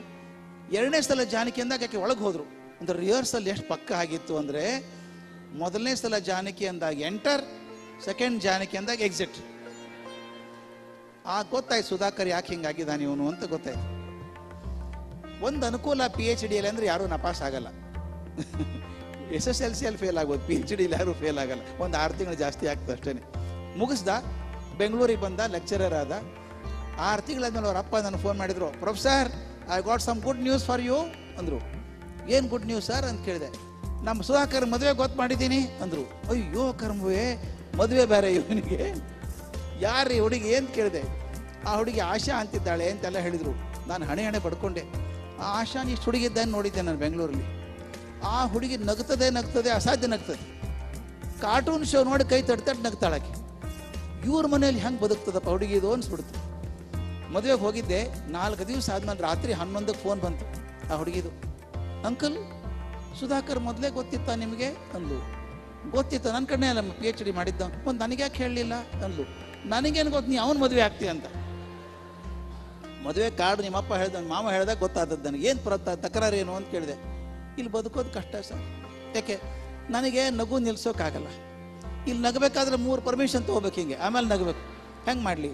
ನಾ ಇದೆ ನೋಡಮ್ಮ, 2 ಹಾದಿ ಇರೋದು ನಿನಗೆ. ನೀನು ಅವರಂಗೆ ಗುಮ್ಮಂತ ಕೂತ್ಕೋ, ಇಲ್ಲದೆ ಹೋದರೆ ಅವ್ರನ್ನೂ ನಗಸು, ಮತ್ತೇನೇ ಮಾಡ್ತೀಯ ಅಂದೆ. She took 4 years to make these fellows laugh. ಯಾಕೆ ಹೇಳ್ತೀನಿ ಅಂದರೆ, ಬಾಲ್ಯದಲ್ಲಿ ಬಿಗಿ ಹಿಡಿದು ಗಪ್ಪಣದ ಐರನ್ ಕ್ಲ್ಯಾಂಪ್ ಥರ ಬೆಳೆಸ್ಬಿಟ್ರೆ ವ್ಯಕ್ತಿತ್ವ ಬೆಳೆಯೋದೇ ಇಲ್ಲ. ಪ್ರತಿಯೊಂದು ಹೆಜ್ಜೆ ಕೇಳ್ತಾರೆ, ಕೆನ್ ಐ ಡೂ ಇಟ್, ಮಾಡ್ಬೋದಾ? ಕೆಲವು ಅಮ್ಮಂದ್ರೆ ಖುಷಿ ತಗೋತಾರೆ. ನನ್ನ ಮಗ ನಾನು ಕೇಳಲಾರ್ದೆ ಏನೂ ಮಾಡಲ್ಲ. ಭಾಳ ಸಂತೋಷ ಆಯ್ತು. ಮಾಡ್ಬೇಕ್ರಿ ಅವನು, ನಿಮ್ಮನ್ನು ಕೇಳಲಾರ್ದೆ ಮಾಡಬೇಕು. ಸಣ್ಣ ಮಗು ಇದ್ದಾಗ ಅಡ್ಡಿ ಇಲ್ಲಪ್ಪ. ದೊಡ್ಡವನಾದ್ಮೇಲೆ ಕೇಳ್ತಾ ಕೂತ್ಕೊಂಡ್ರೆ this is how the personality get stunted. Personality stunt ಆಗಬಾರ್ದು ಅಂದರೆ give them freedom, let them do it. Iron hand, ಅದಕ್ಕೆ ಬರದೆ ನಾನು, ಐರನ್ ಹ್ಯಾಂಡ್ ಹರ್ಟ್ಸ್. ಕಬ್ಬಿಣದ ಕೈ ಕ್ಲ್ಯಾಂಪ್ ಇದೆಯಲ್ಲ, ಕೈ ನೋವು ಮಾಡುತ್ತೆ. ವೆಲ್ವೆಟ್ ಗ್ಲೋಗೆ ಶಕ್ತಿ ಇಲ್ಲ. ಅದಕ್ಕೆ ಹೆಂಗಿರಬೇಕು? Iron hand in a velvet glove. ಕಬ್ಬಿಣದ ಕೈ ಇರಬೇಕು, ಆದರೆ ವೆಲ್ವೆಟ್ ಗ್ಲೋದಲ್ಲಿ ಇರಬೇಕು. ವೆಲ್ವೆಟ್ದ ಮೃದುತ್ವ ಇರಬೇಕು, ಕಬ್ಬಿಣದ ಸ್ಥಿರತೆ ಇರಬೇಕು. ಅವೆರಡೂ ಸೇರ್ಕೊಂಡಾಗ ಮಾತ್ರ we can bring the children better. ಇನ್ನು ಕೆಲವು ಇಂಪಾರ್ಟೆಂಟ್ ಪಾಯಿಂಟ್ಸ್ ಮಾತ್ರ ಹೇಳ್ಬಿಡ್ತೀನಿ ನಾನು, ಬಹಳ ಮುಖ್ಯವಾಗಿ ಹೇಳಬೇಕಾದದ್ದು ಇದು. ನಮ್ಮ ಹುಡುಗ ಸರ್ ಬಹಳ ಉಡಾಳ ಸರ್, ಪೇರೆಂಟ್ಸ್ ಬರ್ತಾರೆ ನನ್ನ ಕಡೆ, ಬಹಳ ಉಡಾಳ ಸರ್. ಉಡಾಳ ಅಲ್ಲವನು, ನಮಗೆ ಬುದ್ಧಿವಂತಿಕೆ ಉಡಾಳತನ ಡಿಫ್ರೆನ್ಸ್ ಗೊತ್ತಾಗಲ್ಲ. ಹೈಪರ್ ಆಕ್ಟಿವ್ ಹುಡುಗ. ಹುಡುಗರು ಹೈಪರ್ ಆಕ್ಟಿವ್, ಇನ್ನೇನು ಮುದುಕರು ಹೈಪರ್ ಆಕ್ಟಿವ್ ಇರೋಕ್ಕಾಗುತ್ತೇನ್ರಿ? ಸಣ್ಣ ಹುಡುಗರು ಯಾವಾಗ ಸುಮ್ಮನೆ ಕೂತ್ಕೋತಾವೆ ಹೇಳಿ? ಜ್ವರ ಬಂದಾಗ, ಆರಾಮಿಲ್ಲದೆ ಇದ್ದಾಗ ಸುಮ್ಮನೆ ಕೂತ್ಕೋತಾವೆ. ಸುಮ್ಮನೆ ಕೂತ್ಕೋಬಾರ್ದು ಹುಡುಗರು. ನಾವೇನು ಮಾಡ್ತೀವಿ? ಬಹಳ ಹೈಪರ್ ಆಕ್ಟಿವ್. ಎಲ್ಲೋ ಕೇಳ್ಬಿಟ್ಟಿದ್ದೀವಿ ವರ್ಡ್ ಅದನ್ನು, hyper active. Hyper active is not a problem. Channelise that energy to something useful, they will be wonderful. ಅವ್ರ ಕೆಲಸ ಕೊಡುವಂಥ ಕೆಲಸ ಕೊಟ್ಟರೆ ಅದ್ಭುತ ಕೆಲಸ ಮಾಡ್ತಾರೆ ಮಕ್ಕಳವರು. ನಾವು ಅಂದ್ಕೊಂಡದ್ದು ಹುಡುಗರು ಮಿಸ್ಚುವಸ್ ಇದ್ದಾರೆ ಹಾಗೆ ಹೇಗೆ ಅಂತೀವಿ. ಹುಡುಗರು ಮಿಸ್ಚುವಸ್ ಅಲ್ಲ ಅದು. ಇಲ್ಲಿ ದಯವಿಟ್ಟು ಇದನ್ನು ನೋಡಿ ಹೇಗಿದೆ ಅಂತ. ಇದು ನನಗೆ ಭಾಳ ಇಷ್ಟವಾದಂಥದ್ದು ಸಣ್ಣ ವಿಡಿಯೋ. ಇನ್ನೋಸೆಂಟ್ ಅನ್ಕೋಬೇಡಿ. ನಿಮ್ಮ ಮನೇಲಿ ನೋಡಿ, 12 ತಿಂಗಳು 13 ತಿಂಗಳು ಮಗು ನಡೆಯೋಕೆ ಶುರು ಮಾಡುತ್ತಲ್ಲ, ಕೆಲವು ಮಗು ಬೇಗ ಶುರು ಮಾಡ್ತಾವೆ, ಕೆಲವು ಮಕ್ಕಳು ನಡೆಯೋಕೆ ಶುರು ಮಾಡಿದ ಮಗು ದಿನಕ್ಕೆ 100 ಸಲ ಬೀಳುತ್ತೆ. ಹೇಳ್ತದೆ ಬೀಳ್ತದೆ, ಹೇಳ್ತದೆ ಬೀಳ್ತದೆ. ನೀವು ನೋಡದೆ ಹೋದರೆ, ಗಮನ ಕೊಡದೆ ಹೋದರೆ, ಪರ್ಪಸ್ಲಿ ನೋಡಿ ಮನೇಲಿ ಹಂಗೇನಾರು ಮಗು ಇದ್ದರೆ. ಅವನು ಹಾಲಲ್ಲಿ ಇರ್ತಾನೆ, ಒಳಗಡೆ ಇರ್ತೀರಿ ನೋಡಿ, ನೀವು ಕಣ್ಣಿಗೆ ಕಾಣಿಸ್ಕೋಬೇಡಿ. ಅವನು ಬಿದ್ದರೆ ತಿರುಗಿ ನೋಡ್ತಾನೆ ಎಲ್ಲ ಕಡೆ, ಯಾರು ಇಲ್ಲ ಅಳಲ್ಲ. ಹತ್ರ ಏನು ಪ್ರಯೋಜನ? ಸುಮ್ಮನೆ ವೇಸ್ಟು. ನೀವು ಹೋಗಿ ಬಿದ್ದೇವನ ಪುಟ್ಟ, ನೀವು ಹೋ ಅಂತ ಹೇಳ್ತಾನೆ. ಅಂದರೆ ಅವ್ರಿಗೆ ಗೊತ್ತು ಯಾವಾಗ ಅಳಬೇಕು ಯಾವಾಗ ಅಳಬಾರ್ದು ಅಂತ. It's all manipulated crime. ಎಲ್ಲ ಮಕ್ಕಳು ಹಾಗೆ ಅಲ್ಲ, ಪೆಟ್ಟಾಗ್ತದೆ ಗೊತ್ತಿದೆ. ಆದರೆ ಮಕ್ಕಳು ಎಷ್ಟು ಬುದ್ಧಿವಂತರಿರ್ತಾರೆ ಅಂತ. ಆದ್ದರಿಂದ don't underestimate a playfulness and child. ಭಾಳ ಮಿಸ್ಬಿಹೇವಿಯರ್ ಡಿಫರೆನ್ಸ್ ಇದೆ, ಅದಕ್ಕೆ ಅದು ಗೊತ್ತಾಗಬೇಕು. This is the most important thing. I request you, please listen to what the children say. ಶಾಲೆಯಿಂದ ಬಂದ ತಕ್ಷಣ ಒಂದು 10 ನಿಮಿಷ ಮಗು ಜೊತೆಗೆ ಏನಾಯಿತು ಕ್ಲಾಸಲ್ಲಿ, ಏನಾಯ್ತು ಸ್ಕೂಲಲ್ಲಿ ಅಂತ ಕೇಳಿ ಮಾತಾಡಿ. ಮಗುಗೆ ಏನೇನೋ ಎಂಗ್ಸೈಟಿ ಇರ್ತದೆ, ಏನೇನೋ ಟೆನ್ಷನ್ ಇರುತ್ತೆ, ಅದು ಹೇಳಬೇಕು ಅನ್ನತ್ತೆ. ನಾವೇ ಜಜ್ಮೆಂಟ್ ತೊಗೊಂಡ್ಬಿಡ್ತೀವಿ ಕೆಲವೊಂದು ಸಲ. ಜಜ್ಮೆಂಟ್ ಬೇಡ, ಮಾತಾಡಲಿ. ಮಾತಾಡೋ ಉದ್ದೇಶ 2 ಕಾರಣಕ್ಕೆ. ಒಂದು, ಒಳಗಿರುವಂಥ ಪ್ರೆಷರ್ ಎಲ್ಲ ಹೊರಗೆ ಬರಲಿ. Secondly, while doing so child improves the communication skills. ಮಗು ಮಾತಾಡೋದನ್ನು ಕಲ್ಕೊಳ್ಳುತ್ತೆ, ಹೇಗೆ ಮಾತಾಡಬೇಕು ಅಂತ. ಅದಕ್ಕೆ ಆದಷ್ಟು ಲಿಸನ್ ಟು ದ ಚೈಲ್ಡ್. ಅದ್ರಲ್ಲಿ 2 ಥರ ಲಿಸನಿಂಗ್ ಇದೆ. ಒಂದು ಆ್ಯಕ್ಟಿವ್ ಲಿಸನಿಂಗ್, ಒಂದು ಪ್ಯಾಸಿವ್ ಲಿಸನಿಂಗ್ ಅಂತ. ಪ್ಯಾಸಿವ್ ಲಿಸನಿಂಗ್ ಅಂದ್ರೆ ಏನು? ಟಿ ವಿ ನೋಡ್ತಾ ಇರೋದು, ನೀ ಹೇಳಪ್ಪ, ನೀ ಹೇಳು, ಹೇಳು. ಒಂದು 2 ಸಲ ನೋಡ್ತಾನೆ, 3 ಸಲ ನೋಡ್ತಾನೆ, 4ನೇ ಸಲ ಮಾತಾಡಲ್ಲ, ಹೋಗ್ಬಿಡ್ತಾನೋ. ಯಾಕಂದ್ರೆ ನೀವು ಕೇಳಲ್ಲ. ಅಮ್ಮಂದ್ರಿಗೆ ಜಾಸ್ತಿ ಗೊತ್ತಿರುತ್ತೆ. ಮಗು ಶಾಲೆಯಿಂದ ಬಂದಾಗ, ಪುಟ್ಟ ಮಗು LKG UKG ಫಸ್ಟು ಸೆಕೆಂಡ್ ಇದ್ರೆ, ಅಮ್ಮ ಏನಾಯ್ತು ಗೊತ್ತಾ ಕ್ಲಾಸಲ್ಲಿ ಇವತ್ತು, ನೀವು ಅಡುಗೆ ಮಾಡ್ತಿರ್ತೀರಿ, ಹೇಳಪ್ಪ. ಹೇಳಲ್ಲ ಅದು. ಇಲ್ಲಿ ನೋಡಿ, ಇಲ್ಲಿ ಕೈ ಹಿಡಿದು ಎಳೆದು ಹೇಳುತ್ತೆ. ಅಂದರೆ you want active listening, not passive listening. ಹರಿಕತೆ ಕೇಳಿದಾಗ ಬತ್ತಿ ಹೊಸಿತಿರ್ತಾರೆ ಕೆಲವರು, ಪುರೋಹಿತರು ಗಂಟಲು ಶೋಷಣೆ ಮಾಡ್ಕೊತಿರ್ತಾರೆ. ಅದಲ್ಲ ಅದು. ಮಗು wants you to listen to it carefully. ಅದು ಹೇಳಬೇಕು, ತಂದು ಇಂಪಾರ್ಟೆನ್ಸ್ ಹೇಳಬೇಕು. ಅದನ್ನು active listening is more important. Best way to find out the children emotion is that, listen to it. ಅದು ಲಿಸನಿಂಗ್ ಇದ್ದರೆ ಅರ್ಧ ಕೆಲಸ ಆಗುತ್ತೆ. This is another important factor, my friends. This is what I am talking now is about small children. I'll come to the bigger children little later. 8th, 9th, 10th ಮಕ್ಕಳಿಗೆ litre ಬರ್ತೀವಿ. ಇಲ್ಲಿ those of you small children, please follow it. One of the best techniques that is found. ನನಗೆ ಮೊದಲು ಗೊತ್ತಿರಲಿಲ್ಲ. ಈಗ 2 ವರ್ಷದಿಂದ ಅವ್ನು ಹೇಳಿದ್ನಲ್ಲ, John Gilmot, he is a teacher in the pre primary level in ಆಕ್ಸ್ಫೋರ್ಡಲ್ಲಿ ಇದ್ದಾನೆ ಹುಡುಗ. ಏನು ರಿಸರ್ಚ್ ಮಾಡಿದ್ದಾನೆ ಹುಡುಗ, ಅದ್ಭುತ ರಿಸರ್ಚ್ ಮಾಡಿದ್ದಾನೆ. ಮಕ್ಕಳು ಇಮೋಷನ್ಸ್, ಕೆಲವು ಮಕ್ಕಳು ಹೇಳ್ತೀವಿ ನಮ್ಮ ಮಗು ಬಹಳ ಕಿರಿಕಿರಿ ಮಾಡುತ್ತೆ, ಹೊಡೆದಾಡ್ತಾನೆ, ಚುರ್ಕೋತಾನೆ, ಹೊಡಿತಾನೆ, ಅಗ್ರೆಸಿವ್ ಆಗಿಬಿಟ್ಟಿದ್ದಾನೆ ಅಂತ ಕೆಲವರು ಹೇಳ್ತಾರೆ. ಇನ್ನು ಕೆಲವು ಮಕ್ಕಳು ಬರೀ ಹೇಳ್ತಾವೆ, ಹೇಳೋದು. ಯಾಕೆ ಹೇಳ್ತಾವೆ ಗೊತ್ತಿಲ್ಲ. ಏನು ಮಾಡಬೇಕು? How to handle emotions of the children. ಅವನು ಒಳ್ಳೆ ರಿಸರ್ಚ್ ಮಾಡಿದ್ದಾನೆ ರೀ. ಅವನು ಹೇಳ್ತಾನೆ, ಲೇಬಲ್ ದಿ ಇಮೋಷನ್ಸ್. ಮನೆಯಲ್ಲಿ ಮಗು ಕೋಪ ಮಾಡ್ಕೊಳ್ಳುತ್ತೆ, ಅವಾಗ ಏನು ಮಾಡ್ಬೇಕು? ಅಪ್ಪ ಅಮ್ಮ ಯಾರೊಬ್ಬರಿದ್ದು, ಸಿಟ್ಟು ಬಂತಲ್ಲ ನಿನಗೀಗ, ಹೌದು ಸಿಟ್ಟು ಬಂದಿದೆ, ನೀನು ನೋಡಿದ್ರೆ ಗೊತ್ತಾಗುತ್ತೆ, ನೋಡು ನೀನು ನೋಡಿ ಸಿಟ್ಟು ಬಂದಿದೆ ಹೇಳಬೇಕು. ಇದು ಲೇಬಲಿಂಗ್ ದಿ ಇಮೋಷನ್ಸ್ ಅಂತಾರೆ. ಹೇಳಿದ್ರೆ ಏನು ಪ್ರಯೋಜನ? ಅಳ್ತದೆ ಮಗು, ಅಳ್ತೀಯಲ್ಲ, ದುಃಖ ಆಗಿರ್ಬೇಕಲ್ಲ ನಿನಗೀಗ, ಓಹೋ ದುಃಖ ಆಗಿದೆ ಅದಕ್ಕೆ ಅಳ್ತೀಯ ನೀನು, ಒಂದು 2-3 ಸಲ ಹೇಳಿ. ಇದರಿಂದ ಏನಾಗತ್ತೆ ಅಂತ ಅನಿಸ್ಬೋದು. Deep they have studied so much. Next time ಹುಡುಗಿಗೆ ಅಳು ಬಂದಾಗ, ಓಹೋ ದುಃಖ ಆದ್ರೆ ಅಳು ಬರ್ತಲ್ಲ, ನನ್ನ ದುಃಖ ಆಗಿರ್ಬೇಕಾಗದು. The child start thinking about it. We are all born with two minds. ಎಲ್ಲರೂ ಎರಡು ಮನಸ್ಸಿದೆ ನಮ್ಮ ಹುಟ್ಟಿದಾಗಿನಿಂದ. ಬೇರೆ ಅವಕಾಶ ಇಲ್ಲೇ ಇಲ್ಲ ನಮಗೆ. ಒಂದು ಇಮೋಷನಲ್ ಮೈಂಡ್ ಅಂತ, ಒಂದು ರ್ಯಾಷನಲ್ ಮೈಂಡ್ ಅಂತ. ಭಾವನಾತ್ಮಕ ಮನಸ್ಸು, ವೈಚಾರಿಕ ಮನಸ್ಸು ಅಂತ ಹೇಳಿದ. ಬೇರೆ ಗತಿಯಲ್ಲಿ ಹಾಗೆ ಇರ್ಬೇಕು ನಾವು. ಮ್ಯಾನುಫ್ಯಾಕ್ಚರ್ ಹಾಗೆ ಆಗಿದ್ದು ನಾವು. ಆ ಇಮೋಷನ್ಸ್ ಏನಿದೆ ಬೇಗ ಬಂದ್ಬಿಡ್ತದೆ ಹೊರಗಡೆ. ವೈಚಾರಿಕ ಮನೋಭಾವ ಸಾವಕಾಶ ಬರ್ತದೆ. ಈಗ ನೋಡಿ, ಯಾರಾದ್ರೂ ಇದ್ರೆ ಟಕ್ ಅಂತ ಬೈದು ಬಿಡ್ತೀವಿ ನಾವು. ತಲೆ ಇಲ್ವಾ ನಿನಗೆ ಅಂದ್ಬಿಟ್ಟು ಆಮೇಲೆ ಸಾರಿಯಾ, ತಪ್ಪು ತಿಳ್ಕೊಬೇಡಿ. ಸಾರಿಯಾ ಅಂತ ಹೇಳೋದು ವೈಚಾರಿಕ ಮನಸ್ಸು. ಸಿಟ್ಟು ಮಾಡ್ಕೊಳ್ಳೋದು. ಫಾರ್ ಎಕ್ಸಾಂಪಲ್, ನಿಮ್ಗೆ ಗೊತ್ತಿದೆ ಟಿಬೆಟಲ್ಲಿ ಏನಾಯಿತು, ನೇಪಾಳದಲ್ಲಿ ಏನಾಯಿತು ಅಂತ. 20 ವರ್ಷಗಳ ಹಿಂದೆ ಕಿಂಗ್ ಬೀರೇಂದ್ರ, ಅವನ ಮಗ ದೀಪೇಂದ್ರ, ಅವನ ಮುಂದೆ ರಾಜ ಆಗೋನು. ಅವನು ಕಲ್ತದ್ದಲ್ಲಿ ಮಸೂರಿಯಲ್ಲಿ, ಡೆಹ್ರಾಡೂನಲ್ಲಿ, ಆಕ್ಸ್ಫರ್ಡಲ್ಲಿ, ಪ್ರಿನ್ಸ್ಟನ್ನಲ್ಲಿ ಎಲ್ಲ ಕಲ್ತಂತ ಹುಡುಗ. ಒಳ್ಳೆ ಟ್ರೈನಿಂಗ್ ಆಗಿದೆ. ಮುಂದೆ ರಾಜ ಆಗೋನು ಅಂತ how to smile, how to shake hand ಎಲ್ಲ ಕಲಿಸಿದ್ದಾರೆ. ಗವರ್ನೆನ್ಸಸ್ ಇರ್ತಾರೆ ಅವನ ಜೊತೆಗೆ. ಅಂಥವನಿಗೆ ಅಪ್ಪ ನಾನು ಒಪ್ಕೊಂಡಂಥ ಹುಡುಗಿನ ಒಪ್ಪಲಿಲ್ಲ ಅಂತ ಹೇಳಿ 2 AK-47 ತೊಗೊಂಡು ಹೋದ. ಒಂದು ಸಾಕಾಗಿತ್ತು. 2 AK-40 ತೊಗೊಂಡು ಹೋಗಿ ಅಪ್ಪ, ಅಮ್ಮ, ಸೋದರ ಮಾವ 9 ಜನನ ಕೊಂದು ಹಾಕಿದ. ಕೊಂದು ಹಾಕಿದ. ಇದು ಇಮೋಷನ್ ಮೈಂಡ್ ಅದು. ಆಮೇಲೆ ತಕ್ಷಣ ನೆನಪು ಬಂತು, ಛೇ ನಾನೇನು ಮಾಡಿದೆ, ನಾನು ಅಪ್ಪ ಅಮ್ಮನ ಕೊಲ್ಲಿಲ್ಲ, ನೇಪಾಳದ ರಾಜ ರಾಣಿಯರನ್ನು ಕೊಂದೆ, ದೇಶ ನಾನು ಬಿಡಲ್ಲ ಅನ್ಕೊಂಡು ಮತ್ತೆ ಇಮೋಷನಲ್ ಆಗಿ ತಾನೇ ತಲೆ ಹೊಡ್ಕೊಂಡು ಸತ್ತೋರು. ಈ emotional mind and rational mind ನಮ್ಮ ಮಕ್ಕಳಿಗೆ ನಿಧಾನ ಕಲಿಸ್ಬೇಕು. How to come up, bring up the rational mind. ನಾನು ಹೇಳಿದ್ನಲ್ಲ, ನಮ್ಮ ಕಡೆ PhD ಮಾಡೋಕೆ ಹುಡುಗ ಬಂದಿದ್ದ, ಈ ಸುಧಾಕರ್ ಅಲ್ಲ ಇನ್ನೊಬ್ಬ. ಎಲ್ಲರೂ ಇಂಥವರೇ ಇದ್ದಾರೆ ನಿಮ್ಮ ಕಡೆ ಅಂತ ಕೇಳಬೇಡಿ. ಹುಡುಗ ಬಂದ, ಬುದ್ಧಿವಂತ, ಭಾರಿ ಬುದ್ಧಿವಂತ. ಅವ್ನು ನಗ್ತಾನೆ ಇರಲಿಲ್ಲ, ಭಯಂಕರ ಸೀರಿಯಸ್ ಹುಡುಗ. ವಿಚಿತ್ರ ಅನ್ಸೋದ ವಯಸ್ಸಿಗೆ. ನಾನೊಂದ್ಸಲ ಇಮೋಷನಲ್ ಮೈಂಡ್, ರ್ಯಾಷನಲ್ ಮೈಂಡ್ ಹೇಳಿದಾಗ, ನನಗೆ ಆ ಪ್ರಾಬ್ಲಮ್ ಇಲ್ಲ ಸರ್ ಅಂದ. ಏನಪ್ಪ ಹಂಗಂದ್ರೆ, ನನಗೆ ಇಮೋಷನಲ್ ಮೈಂಡ್ ಇಲ್ಲ ಸರ್, ಯಾವಾಗಲೂ ರ್ಯಾಷನಲ್ಲೇ ಇರ್ತೀನಿ ಸರ್ ಅಂದ. ಇರ್ಬೋದೇನಪ್ಪ, ಅವನು ಬುದ್ಧ ಅಂತ ಕರಿತಿದ್ದೆ ನಾನು. ಒಂದ್ಸಲ ಊಟಿಗೆ ಹೋದ್ವಿ. ನೀವು ಊಟಿ ನೋಡಿದ್ದೀರಿ, ಅದೊಂದೇ ಪ್ಲೇಸ್ ಅಪ್ಪ ಜಗತ್ತಲ್ಲಿ ನಾನು ಕಂಡದ್ದು. ಅಂದರೆ ಎಲ್ಲ ಕಡೆ ಹೋದರೆ ಇಂಡಿಕೇಶನ್ ಇದ್ದಾವೆ. Way to suicide point, way to suicide point ನೋಡಿದ್ದೀರ? ಅಲ್ಲಿ ಸ್ಯೂಸೈಡ್ ಪಾಯಿಂಟ್ ಅಂತ ಒಂದಿದೆ, ಅದಕ್ಕೆ advertisement, way to suicide point, way to suicide point. ನಾನು ಜಗತ್ತಲ್ಲಿ ಎಲ್ಲೂ ನೋಡಿಲ್ಲ ಆ ಥರ. ಅದು ಹೆಂಗಿದೆ ಅಂದರೆ, ಬೆಟ್ಟ ಹಿಂಗೆ ಶಾರ್ಪ್ ಇದೆ, ಒಳಗಡೆ ಆಳ ಪ್ರಪಾತ ಇದೆ, ಯಾವಾಗಲೂ ಮೋಡ ತುಂಬಿಕೊಂಡಿರುತ್ತೆ. ಮೇಲಿಂದ ಹಾರ್ಕೊಂಡ್ರೆ ಚಿಂತೆ ಮಾಡೋ ಕಾರಣ ಇಲ್ಲ. ಚಿಂತೆ ಮಾಡೋದು ಕಲೆ ಮುಗಿದೋಯ್ತು. ಅಲ್ಲಿ ಅಮೇಚೂರ್ಸ್ ಹೋಗಬಾರ್ದು ಅಂತ ಬ್ಯಾರಿಕೇಡ್ ಹಾಕಿದ್ದಾರೆ. ಅಂದರೆ ತೀರಾ ಸುಮ್ತ ಹುಚ್ಚು ಇಮೋಷನಲ್ ಹೋಗಬಾರ್ದು ಅಂತ ಕಟ್ಟಿಟ್ಟಿದ್ದಾರೆ. ಹಿಂಗೆಲ್ಲ ಕಟ್ಟಿಗೆ ಎಲ್ಲ ಕಟ್ಟಿಟ್ಟಿದ್ದಾರೆ. ನಾವೆಲ್ಲ ಹೋಗಿದ್ವಿ. ಅವನು ನಮ್ಮ ಬುದ್ಧನೂ ಇದ್ದ. ಇಟ್ಟು ದೂರ ಇದ್ವಿ. ನಾನೇನು ಮಾಡಿದೆ, ತಲೆಗೆ ಐಡಿಯಾ ಬಂತು. ಅವ್ನು ನಿಂತಿದ್ನಲ್ಲ, ಹಿಂದೆ ಹೋಗಿ ಬೆನ್ನ ಮೇಲೆ ಒಂದು ರಪ್ ಅಂತ ಹೊಡೆದೆ. ಅವನೇನು ತಳ್ಳೋ ವಿಚಾರ ಇರಲಿಲ್ಲ. ಒಂದು ಹೊಡೆದ್ರೆ ಒಂದು ಹೆಜ್ಜೆ ಮುಂದೆ ಹೋಗ್ಬಿಟ್ಟು ಅಷ್ಟು ದೂರ ಇದ್ದಾನೆ suicide ಪಾಯಿಂಟಿಗೆ.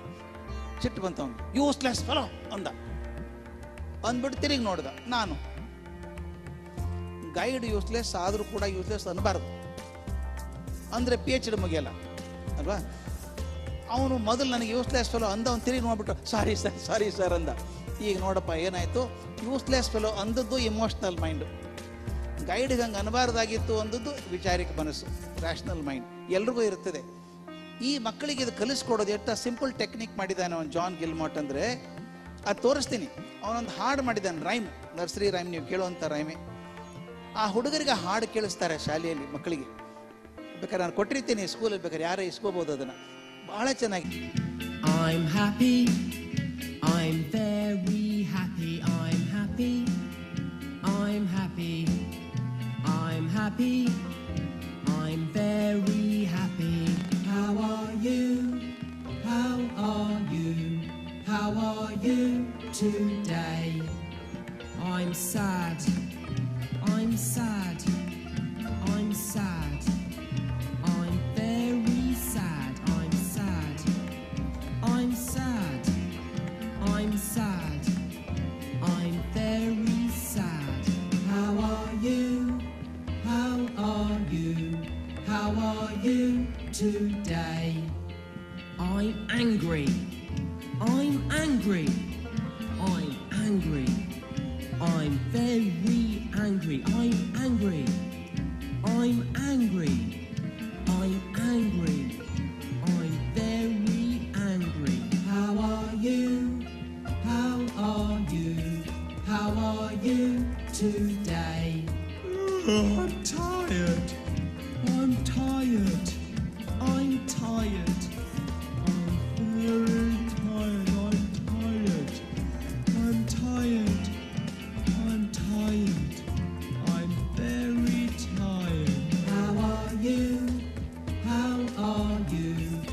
how are you today?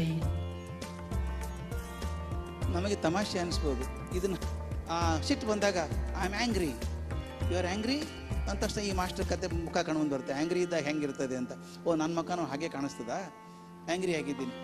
The moment the child start saying to itself that I am angry, ನನಗೆ ಕೋಪ ಬಂದಿದೆ ಅಂದ್ಕೊಳ್ಳೋದೇ ರ್ಯಾಷನಲ್ ಬಿಹೇವಿಯರ್. ಅದು ಕೋಪ ಬಂದಾಗ ವಿಚಾರ ಮಾಡೋಕ್ಕಾಗಲ್ಲ. Slowly and slowly this the best way to manage the emotions of children ಅಂತ ಹೇಳ್ತಾರೆ. ಇನ್ನು ಮುಖ್ಯವಾಗಿ ಹೇಳಬೇಕಾದದ್ದು, because the time I have is very limited. ಇದು ಮುಖ್ಯ. Never stop communicating with the child. ದಯವಿಟ್ಟು ಮಾತಾಡಿ, ಎಸ್ಪೆಷಲಿ ಹೈಯರ್ ಕ್ಲಾಸ್ ಮಕ್ಕಳು ಬಂದ ಹಾಗೆ ದಯವಿಟ್ಟು ಮಾತಾಡಿ. ಯಾಕಂದರೆ ಮುಂದೆ ಹೈಯರ್ ಕ್ಲಾಸಲ್ಲಿ ಮಾತಾಡೋಕೆ ಸಿಗಲ್ಲ ಹುಡುಗರು. ನಿಮಗೆ ನೋಡಿರಬೇಕು, ಸಣ್ಣ ಮಕ್ಕಳು ಕ್ಲಾಸಿಂದ ಬಂದ ತಕ್ಷಣ ಚಾಟರ್ ಬಾಕ್ಸಸ್ ಅವು, ಏನಾಯಿತು ಅಂತ ಹೇಳೋ ತನಕ ಬಿಡೋಲ್ಲ ಅವರು.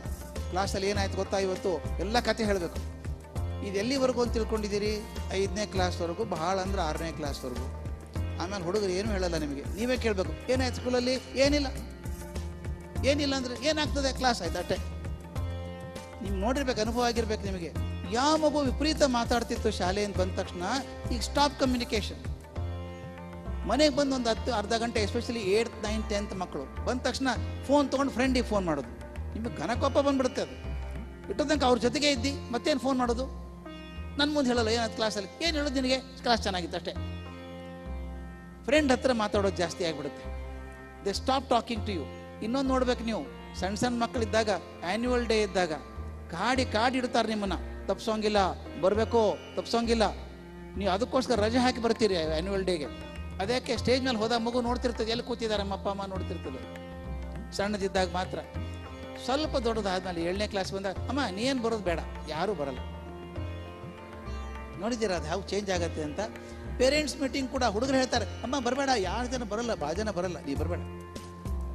ಯಾಕೆ? ಅದು ಕಾರಣ ಇಷ್ಟೇನೆ, you are not the icon for them now. Peer group icon ಶುರು ಆಗ್ಬಿಡುತ್ತೆ. ಅಲ್ಲೊಬ್ಬ ಫ್ರೆಂಡ್ ಇರ್ತಾಳೆ ಕ್ಲಾಸಲ್ಲಿ, ಫ್ರೆಂಡ್ ಇರ್ತಾನೆ, ಅವನು ಹೀರೋ ಆಗಿರ್ತಾನೆ, ಅವನಂಗೆ ಆಗಬೇಕು. ಈ ಹುಡುಗರಿಗೆಲ್ಲ ಹುಚ್ಚೇನು ಅಂದರೆ, I want to be a big boy, ಎತ್ತರ ಆಗಬೇಕು, ದೊಡ್ಡವನಾಗಬೇಕು. ಹುಡುಗರು ಇಂಡಿಕೇಶನ್ ಹೆಂಗೆ ಕೊಡ್ತಾರೆ ಗೊತ್ತಾ? ಅಪ್ಪ ನೀನು ಚಪ್ಪಲಿ ಕರೆಕ್ಟ್ ಆಗತ್ತೆ ನನಗೀಗ ಅಂದರೆ, I am becoming big, don't treat me like a small child ಅಂತ ಹೇಳೋದು. ಆಮೇಲೆ ಶರ್ಟು ಗಿಡ್ ಆಗ್ತಾ ಇದೆ ತುಂಬ. ಇದು their way of communicating that I am becoming big. ಆ ಹುಡುಗರಿಗೆಲ್ಲ ಬಿಗ್ ಆಗಬೇಕು ಅಂತ, ಹುಡುಗಿಯರಿಗೆಲ್ಲ ಚಂದ ಕಾಣಿಸ್ಬೇಕು ಅಂತ. They spend more time before mirror. Cosmetics ಜಾಸ್ತಿ, ಅದು ಶುರು ಅಲಂಕಾರ, ನ್ಯಾಚುರಲ್. ಅದು along with the physical growth ಅದು ಬರುತ್ತೆ. ಆಗ ಬಂದಾಗ ದಯವಿಟ್ಟು ನಾನು ನಿಮ್ಗೆ ರಿಕ್ವೆಸ್ಟ್ ಮಾಡ್ಕೊಳ್ಳೋದು, ಹೈಯರ್ ಕ್ಲಾಸ್ ಮಕ್ಕಳು ಬಂದಾಗ, don't treat them like small children. They have grown beyond that. ನಾವು ಅವ್ರನ್ನೂ ಸಣ್ಣ ಮಕ್ಕಳಂಗೆ ಟ್ರೀಟ್ ಮಾಡಿಕೊಂಡು, ಏನು ಮಾಡಿದೆ ಹೇಳೋ, ನೋಟ್ಬುಕ್ ತೊಗೊಂಬ ನೀನು. ಕೆಲವ್ರು ಏನು ಮಾಡ್ತಾರೆ ಗೊತ್ತಾ? ನೀವು ಹಂಗೆ ಮಾಡಲ್ಲ ಗೊತ್ತು ನನಗೆ, ಆದರೂ ಹೇಳ್ತೀನಿ. ಕೆಲವರು ಹುಡುಗರು ಬ್ಯಾಗ್ ಚೆಕ್ ಮಾಡೋಕೆ ಶುರು ಮಾಡ್ತಾರೆ. 8ನೇ ಕ್ಲಾಸ್ ಮಗು ಇದ್ರೆ ಬ್ಯಾಗ್ ತೆಗೆದು ನೋಡು, ಬ್ಯಾಗಲ್ಲಿ ಏನಿದೆ, ಚೂಯಿಂಗ್ ಗಮ್ ಇದೆಯಾ, ಏನಾದರೂ ಬುಕ್ಕಲ್ಲಿ ನೋಟ್ ಇಟ್ಕೊಂಡಿದ್ದಾಳ? ಬೇಕಿಲ್ಲ. My feeling is, treat the child straight, honestly. The moment the child knows that you are involved in a detective act, child will start distrusting you. ನಿಮ್ಮನ್ನೇ ನಂಬೋದು ಕಮ್ಮಿ ಮಾಡಿಬಿಡುತ್ತೆ ಹುಡುಗ. ಅದು ಬೇಡ, ಬೇಕಾಗಿಲ್ಲ. ನಿಮ್ಮ ಮಗು ಅದು, ಓಪನ್ ಆಗಿ ಮಾತಾಡಿ, ಮಗು ಬಾರ ಇಲ್ಲೇ, ಏನಪ್ಪ ಪ್ರಾಬ್ಲಮ್ ನಿಂದು, ಅದು ಹೇಳ್ಕೊಡ್ತೀನಿ, ಏನು ಮಾಡಬೇಕು ಅಂತ ಕೊನೆಗೊಂದು ಹೇಳ್ತೀನಿ ಹೇಗೆ ಮಾಡಬೇಕು ಅಂತ. Talk straight, communicate straight. ಈ ಇಂಡೈರೆಕ್ಟ್ ಮಾಡೋದು, ಫ್ರೆಂಡಿಗೆ ಕೇಳೋದು, ನೋಡು ಆಕೆ ಏನ್ರಿ ಮಾಡೋದು ನಾನು ಫೋನ್ ಮಾಡಿ ಹೇಳು, ಇದು ಬೇಕಿಲ್ಲ. ಮತ್ತವ್ರು ಪತ್ತೇದಾರಿ ಹಾಕ್ಬೇಕು ನಿಮಗೆ. ನಿಮ್ಮ ಮಗಳದು, ನಿಮ್ಮ ಮಗ, ಅವನು ಕೇಳಿ. Moment you start talking them directly, they have faith in you. ಅದು ಇನ್ನೊಬ್ಬರು ಎಷ್ಟರ ಮಟ್ಟಿಗೆ ಸೆನ್ಸಿಟಿವ್ ಇರ್ತಾರೆ ಹುಡುಗರು. ನೋಡ್ಬೇಕು ನೀವು, 8th ಸ್ಟ್ಯಾಂಡರ್ಡ್ ಬಂದಾಗ ಸ್ಟೈಲ್ ಚೇಂಜ್ ಆಗೋಕೆ ಶುರು ಆಗುತ್ತೆ ಹುಡುಗರದು. ಹುಡುಗರು ಹೇರ್ ಸ್ಟೈಲ್ ಹಿಂಗೆ ಆಗೋಕೆ ಶುರು ಆಗುತ್ತೆ ಅಲ್ಲ, ಪ್ಯಾಂಟ್ ಕೆಳಗೆ ಇಳಿಯೋಕೆ ಶುರು ಆಗುತ್ತೆ, ಅದು ಬೆಲ್ಟ್ ಕೆಳಗೆ ಹಾಕ್ಕೊಂಡು ಇನ್ನು ಕೆಳಗೆ ಅದಕ್ಕಿಂತ ಹೋಗೋಕೆ ಸಾಧ್ಯ ಇಲ್ಲ ಅಂತ ಕೆಳಗೆ ಇಳಿಸ್ಕೊಂಡಿರ್ತಾರೆ. ಅದು ಸ್ಟೈಲ್. ಅದು ಬೈಬೇಡಿ ಅವ್ರನ್ನ. ನೀವು ಅದೇ ಮಾಡಿದ್ದು ಕಾಲೇಜಲ್ಲಿದ್ದಾಗ, ಮರ್ತೋಗಿದೆ ಅಷ್ಟೇ ನಿಮಗೆ. ನಿಮ್ಮಪ್ಪ ನಿಮಗೆ ಬೈತಿದ್ರು, ಏನು ಸ್ಟೈಲು, ಮೂಲಂಗಿ ಪ್ಯಾಂಟ್ ಇದು, ಅವು ಟೈಟ್ ಪ್ಯಾಂಟ್ ಹಾಕ್ಕೊಂಡು. ಅವಾಗ ಒಂದು ಕಾಲಕ್ಕೆ ನೆನಪಿದೆ ನನಗೆ, 60ರ ದಶಕದಲ್ಲಿ ಟೈಟ್ ಪ್ಯಾಂಟ್ ಎಷ್ಟು ಟೈಟ್ ಇರ್ತಿತ್ತು ಅಂದರೆ ಇದಕ್ಕೇನು ಟೈಟ್ ಮಾಡೋಕ್ಕಾಗಲ್ಲ, ಜಿಪ್ ಹಾಕ್ಕೋಬೇಕು ಅದಕ್ಕೆಲ್ಲ, ಆ ಪರಿಸ್ಥಿತಿ ಇರ್ತಿತ್ತು ಹುಡುಗರು. ಆಮೇಲೆ ಬೆಲ್ ಬಾಟಮ್ ಬಂತು, ಊರೆಲ್ಲ ಕಸ ಗುಡಿಸ್ಕೊಂಡು ಹೋಗೋದು. ಅದು ಫ್ಯಾಷನ್ ಇರಲಿಲ್ಲ, ನೀವಿದ್ರಲ್ಲ, ಮರ್ತು ಹೋಗಿದೆ ಅಷ್ಟೇ ನಿಮಗೆ. ಆದರೆ ಹುಡುಗರು ಮಾಡಿದಾಗ ಏನು ಫ್ಯಾಷನ್ ಇದು, ಹೇರ್ ಕಟ್ ಮಾಡಿಸ್ಕೊಂಬ. ನಾವೇನು ಮಾಡ್ತೀವಿ ಗೊತ್ತಾ? We start transferring our values on to the children. ಮೌಲ್ಯಗಳನ್ನು ಮಾಡಿದ್ರೆ ಅಡ್ಡಿ ಇಲ್ಲ, our styles of living on to the children. You lived like that in 1980, 1990, but they are living in 2019. ಅದರಿಂದ ಆ ವ್ಯತ್ಯಾಸ ಇರ್ತವೆ. Enjoy that, but once observe carefully also. Especially higher ಕ್ಲಾಸಿಗೆ ಮಕ್ಕಳು ಬಂದಾಗ ಸ್ವಲ್ಪ ಅಬ್ಸರ್ವ್ ಮಾಡಿ. ಅವ್ರ ಭಾಷೆ ಚೇಂಜ್ ಆಗುತ್ತೆ, ಅವ್ರ ಮೊಬೈಲ್ ಬಳಸೋ ರೀತಿ ನೋಡಿ, ಸ್ವಲ್ಪ ಕೇರ್ಫುಲ್ ಆಗಿರಿ. ಫೋನ್ ಬಂದ ತಕ್ಷಣ ಮಕ್ಕಳು ಓಡೋಗಿ ರೂಮಲ್ಲಿ ಹೋಗ್ತಾರೆ, ಎದುರಿಗೆ ಮಾತಾಡಲ್ಲ. ಅದು ಮೇಲೆ ಮೇಲೆ ಫ್ರೀಕ್ವೆಂಟ್ ಆಗ್ತಿದ್ರೆ ಸ್ವಲ್ಪ ಗಮನ ಇಡಿ. ಯಾಕಂದರೆ ಕಾನ್ಫಿಡೆನ್ಷಿಯಲ್ ಮಾತಾಡೋದು ಏನೇ ಇದ್ದರೂ ಇಲ್ಲೇ ಮಾಡ್ಬೋದು, ಅಂಥದ್ದೇನು ಕ್ಲಾಸಿನ ಬಗ್ಗೆ ಮಾತಾಡೋದು ತೊಂದರೆ ಇಲ್ಲ. ಅದ್ರ ಒಳಗೆ ಹೋಗೋದು, ಗುಸಗುಸ ಮಾತಾಡೋದು, ಬಾಗಿಲು ಹಾಕ್ಕೊಂಡು ಮಾತಾಡೋದು, ಇದು ಮೇಲೆ ಮೇಲೆ ಆಗ್ತಿದ್ದಾಗ ಸ್ವಲ್ಪ ಅಬ್ಸರ್ವ್ ಮಾಡಿ. ಯಾಕಮ್ಮ ಏನು ತೊಂದರೆ, ಯಾಕೆ ಮಾತಾಡ್ಬೋದಲ್ಲ, ಏನು ತೊಂದರೆ ಇದೆಯಮ್ಮ, ಮಾತಾಡು, ಡಿಸ್ಟರ್ಬ್ ಆಗಲ್ಲ ಅಂತ ಹೇಳಿ. Show trust in the child and the child will show trust in you. ಅದು ಬಿಟ್ಟು ಏನು ನಡೆದಿದೆ ಫ್ರೆಂಡ್ ಕೇಳೋದು, ಅವ್ರ ಒಪಿನಿಯನ್ ಕೇಳೋದು, ಟೀಚರ್ ಹತ್ರ ಹೋಗೋದು, they don't want that. Interesting ಗೊತ್ತಾ, they don't want the teachers to meet you. ಯಾಕೆ ನೀವು ಏನಾಯ್ತು ಬಿಡ್ತೀವಿ, ಎಸ್ಪೆಷಲಿ ಹುಡುಗಿಯರಿಗೆ ಊಟನೇ ಮಾಡಲ್ಲ ಮೇಡಮಿಗೆ ಹೇಳಿ ಮೇಡಮ್ ಅಂತೀರಿ. ಆಕೆ ಹುಡುಗಿ ಇನ್ನೂ ಮುಜುಗರಾಗ್ಬಿಡುತ್ತೆ. ಹೋಗಿ ಅವ್ರ ಮುಂದೆ ಯಾಕೆ ಹೇಳ್ತೀನಿ ಊಟ ಮಾಡಲ್ಲ ಅಂತೇಳಿ, ಊಟ ಮಾಡಿಸ್ತಾರೆ ಅವರು. ಮನೇಲಿ ಬಂದು ಜಗಳ ಆಡ್ತೇವೆ ಮಗು, ಹಾಗೆ ಎಷ್ಟೋ ಆಗಿರುತ್ತೆ ಮನೇಲಿ. ಆದ್ದರಿಂದ ಟೀಚರ್ ಹತ್ರ ಹೋದಾಗ ಕಂಪ್ಲೇಂಟ್ ತೊಗೊಂಡು ಹೋಗ್ತಾರೆ ಅಂತ ಭಾವನೆ ಇರುತ್ತೆ ಮಕ್ಕಳಿಗೆ. ಕಂಪ್ಲೇಂಟ್ ತೊಗೊಂಡು ಹೋಗಲೇಬೇಡಿ. Tell about positive things about the child. Confidential ಇದ್ದರೆ ಮಗು ಇಲ್ಲದೆ ಹೋದಾಗ ಟೀಚರ್ ಹತ್ರ ಮಾತಾಡಿ ಕೇಳ್ಕೊಂಬನ್ನಿ ಹೇಗಿದೆ ಶಾಲೆಯಲ್ಲಿ ಮಗು ಅಂತ.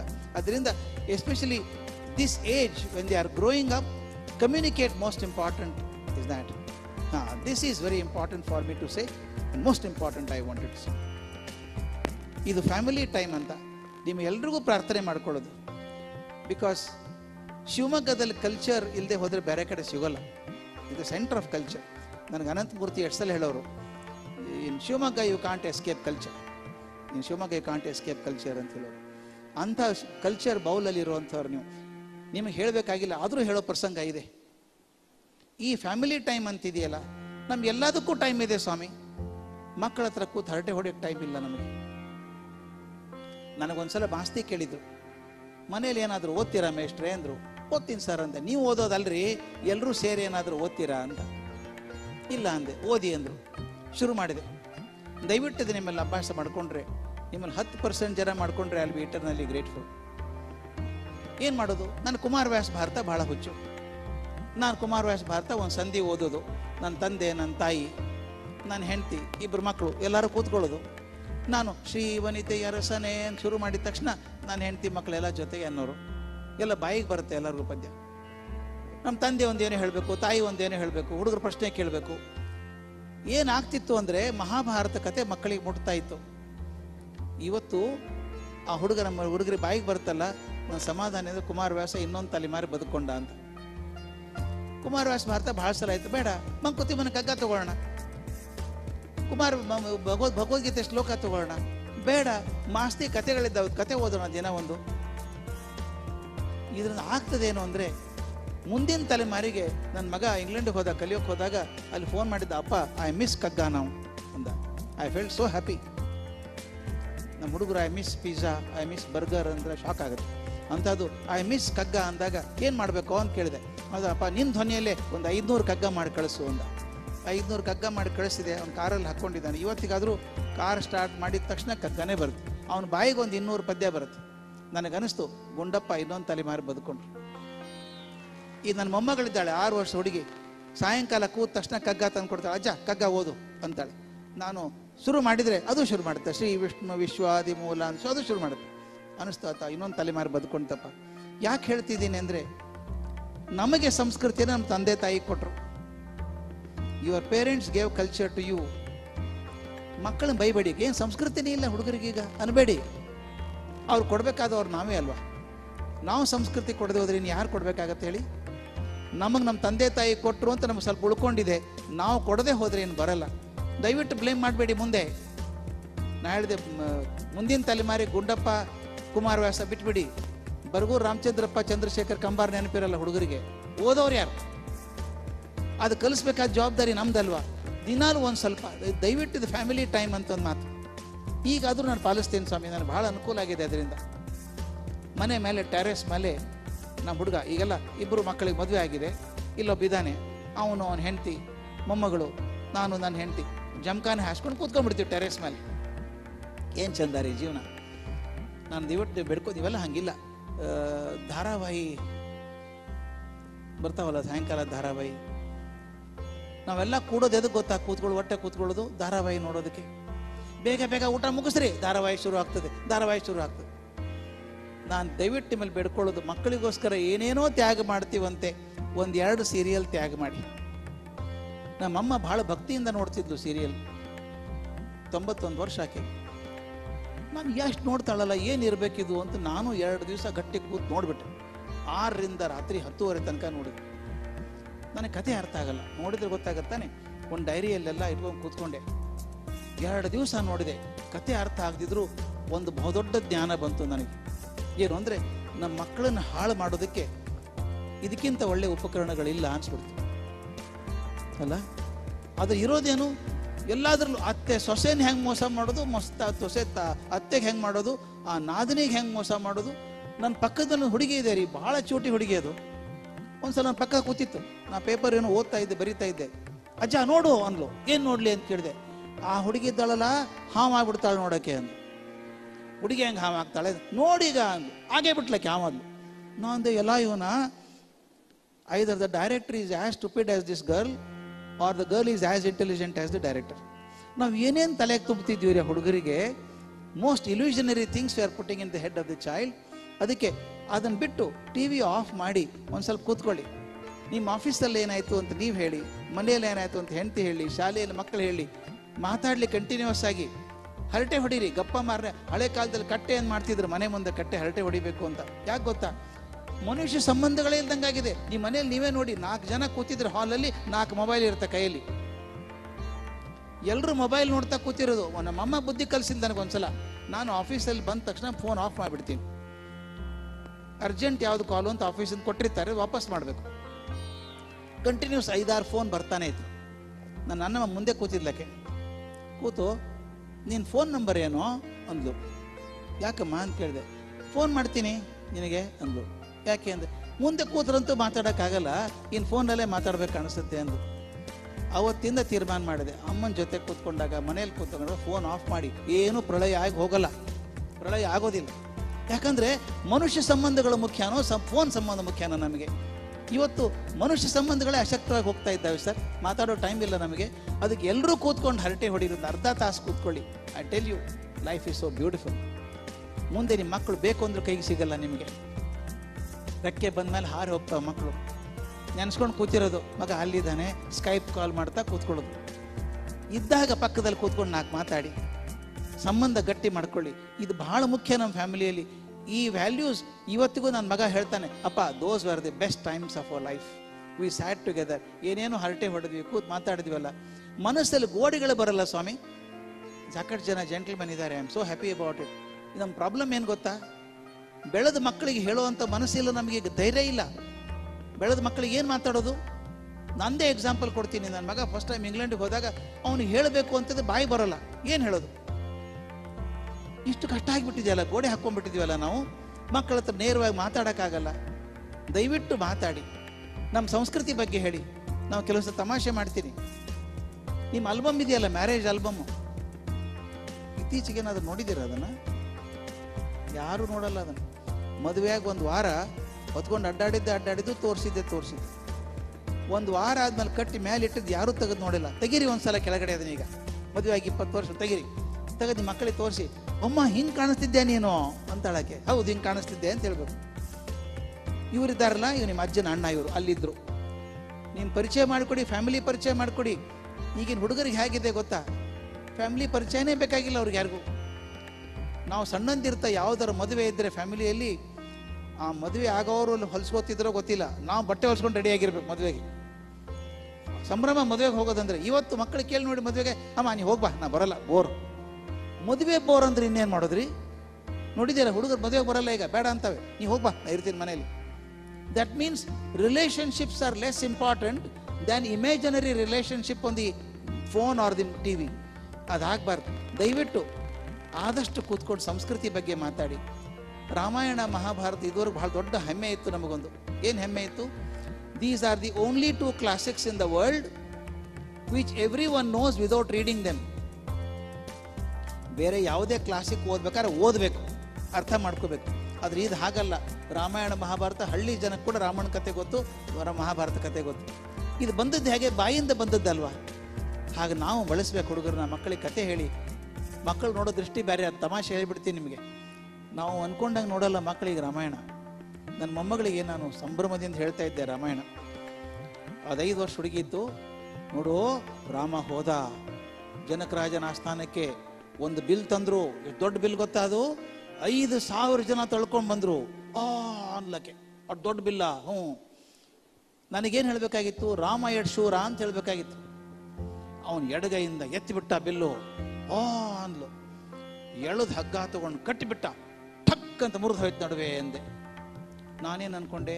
ನನ್ನ ಕೆಲಸ ಮಾಡಿದೆ ನಾನು. ರಾಮ ಶೂರ ಅಂತ ತೋರಿಸ್ಬಿಟ್ಟೆ ಹುಡುಗಿಗೆ ಅನ್ಕೊಂಡೆ.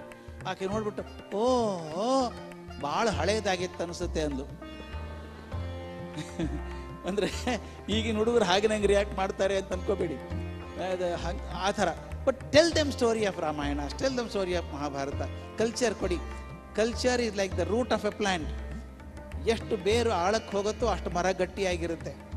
ಹಾಗೆ ವ್ಯಕ್ತಿ ಕೂಡ ಅವನ ಸಂಸ್ಕೃತಿ ಎಷ್ಟು ಆಳಾಗಿದೆಯೋ ಅಷ್ಟು ವ್ಯಕ್ತಿ ಗಟ್ಟಿ ಆಗ್ತಾನೆ, ಜೀವನ ಗಟ್ಟಿ ಆಗುತ್ತೆ. ಅದಕ್ಕೆ ದಯವಿಟ್ಟು ಅದು ಸಂಸ್ಕೃತಿ ಕೊಡೋ ಕಡೆ ಸ್ವಲ್ಪ ನೋಡೋಣ.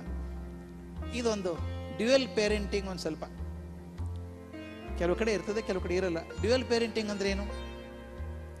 ಅಪ್ಪ ಹೇಳ್ತಾರೆ, ಇವನು ಕೊಡಬೇಡ, ಏನು ಕೊಡಬೇಡ, ಇವನು ಕೆಲಸ ಮಾಡಿಲ್ಲ ಕೊಡಬೇಡ ಅಂತ. ಅಮ್ಮ ಸನ್ನೆ ಮಾಡ್ತಾರೆ, ಸುಮ್ಮನಿರು, ಅಪ್ಪ ಹೋದ್ಮೇಲೆ ಕೊಡ್ತೀನಿ ನಾನು ಅಂತೇಳಿ.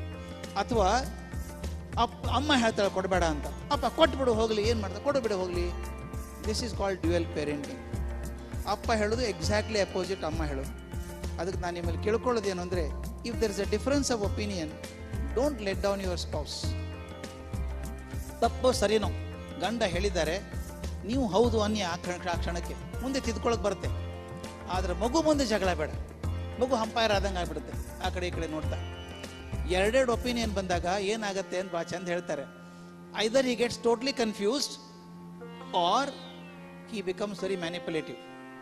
ಅಮ್ಮನಿಗೆ ಏನು ಬೇಕು ಅಮ್ಮನಿಗೆ ಹೇಳೋದು, ಅಪ್ಪನಿಗೆ ಏನು ಬೇಕು ಅಪ್ಪನಿಗೆ ಹೇಳೋದು, ಪಕ್ಕ ಪಾಲಿಟಿಷಿಯನ್ ಮಾಡ್ತಾನೆ ಎರಡು ಕಡೆ.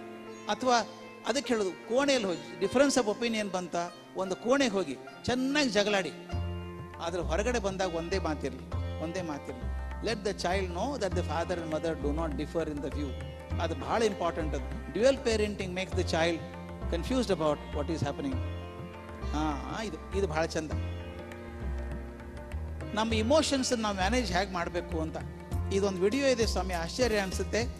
1955 ವಿಡಿಯೋ ಇದು. ಆಗ ಮಾಡಿದ್ದು ಇದರಂಥ ವಿಡಿಯೋ ಇನ್ನೂ ಬಂದಿಲ್ಲ ಅಂತ ಇವತ್ತು ಸೈಕಾಲಜಿಸ್ಟ್ ಹೇಳ್ತಾರೆ. ಇದು ಲವ್ಲಿ ವಿಡಿಯೋ. ಸಿ, ಎಲ್ಲರ ಮನೆಯಲ್ಲಿ ಆಗುವಂಥದ್ದು. Watch this.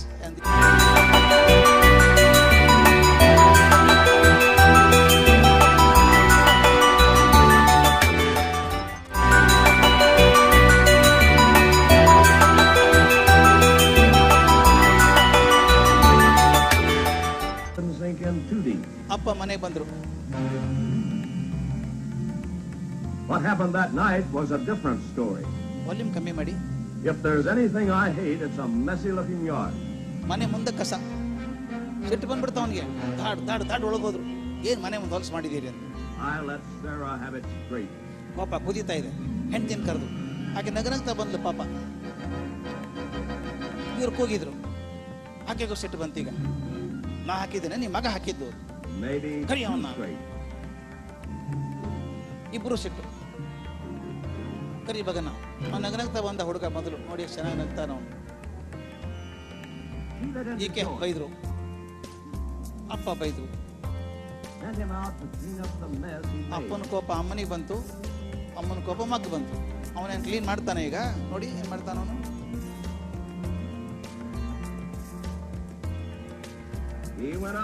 ಆರಾಮ್ ಕೂತ್ಕೊಂಡು ಅವನೇನು ಕ್ಲೀನ್ ಮಾಡಲ್ಲ.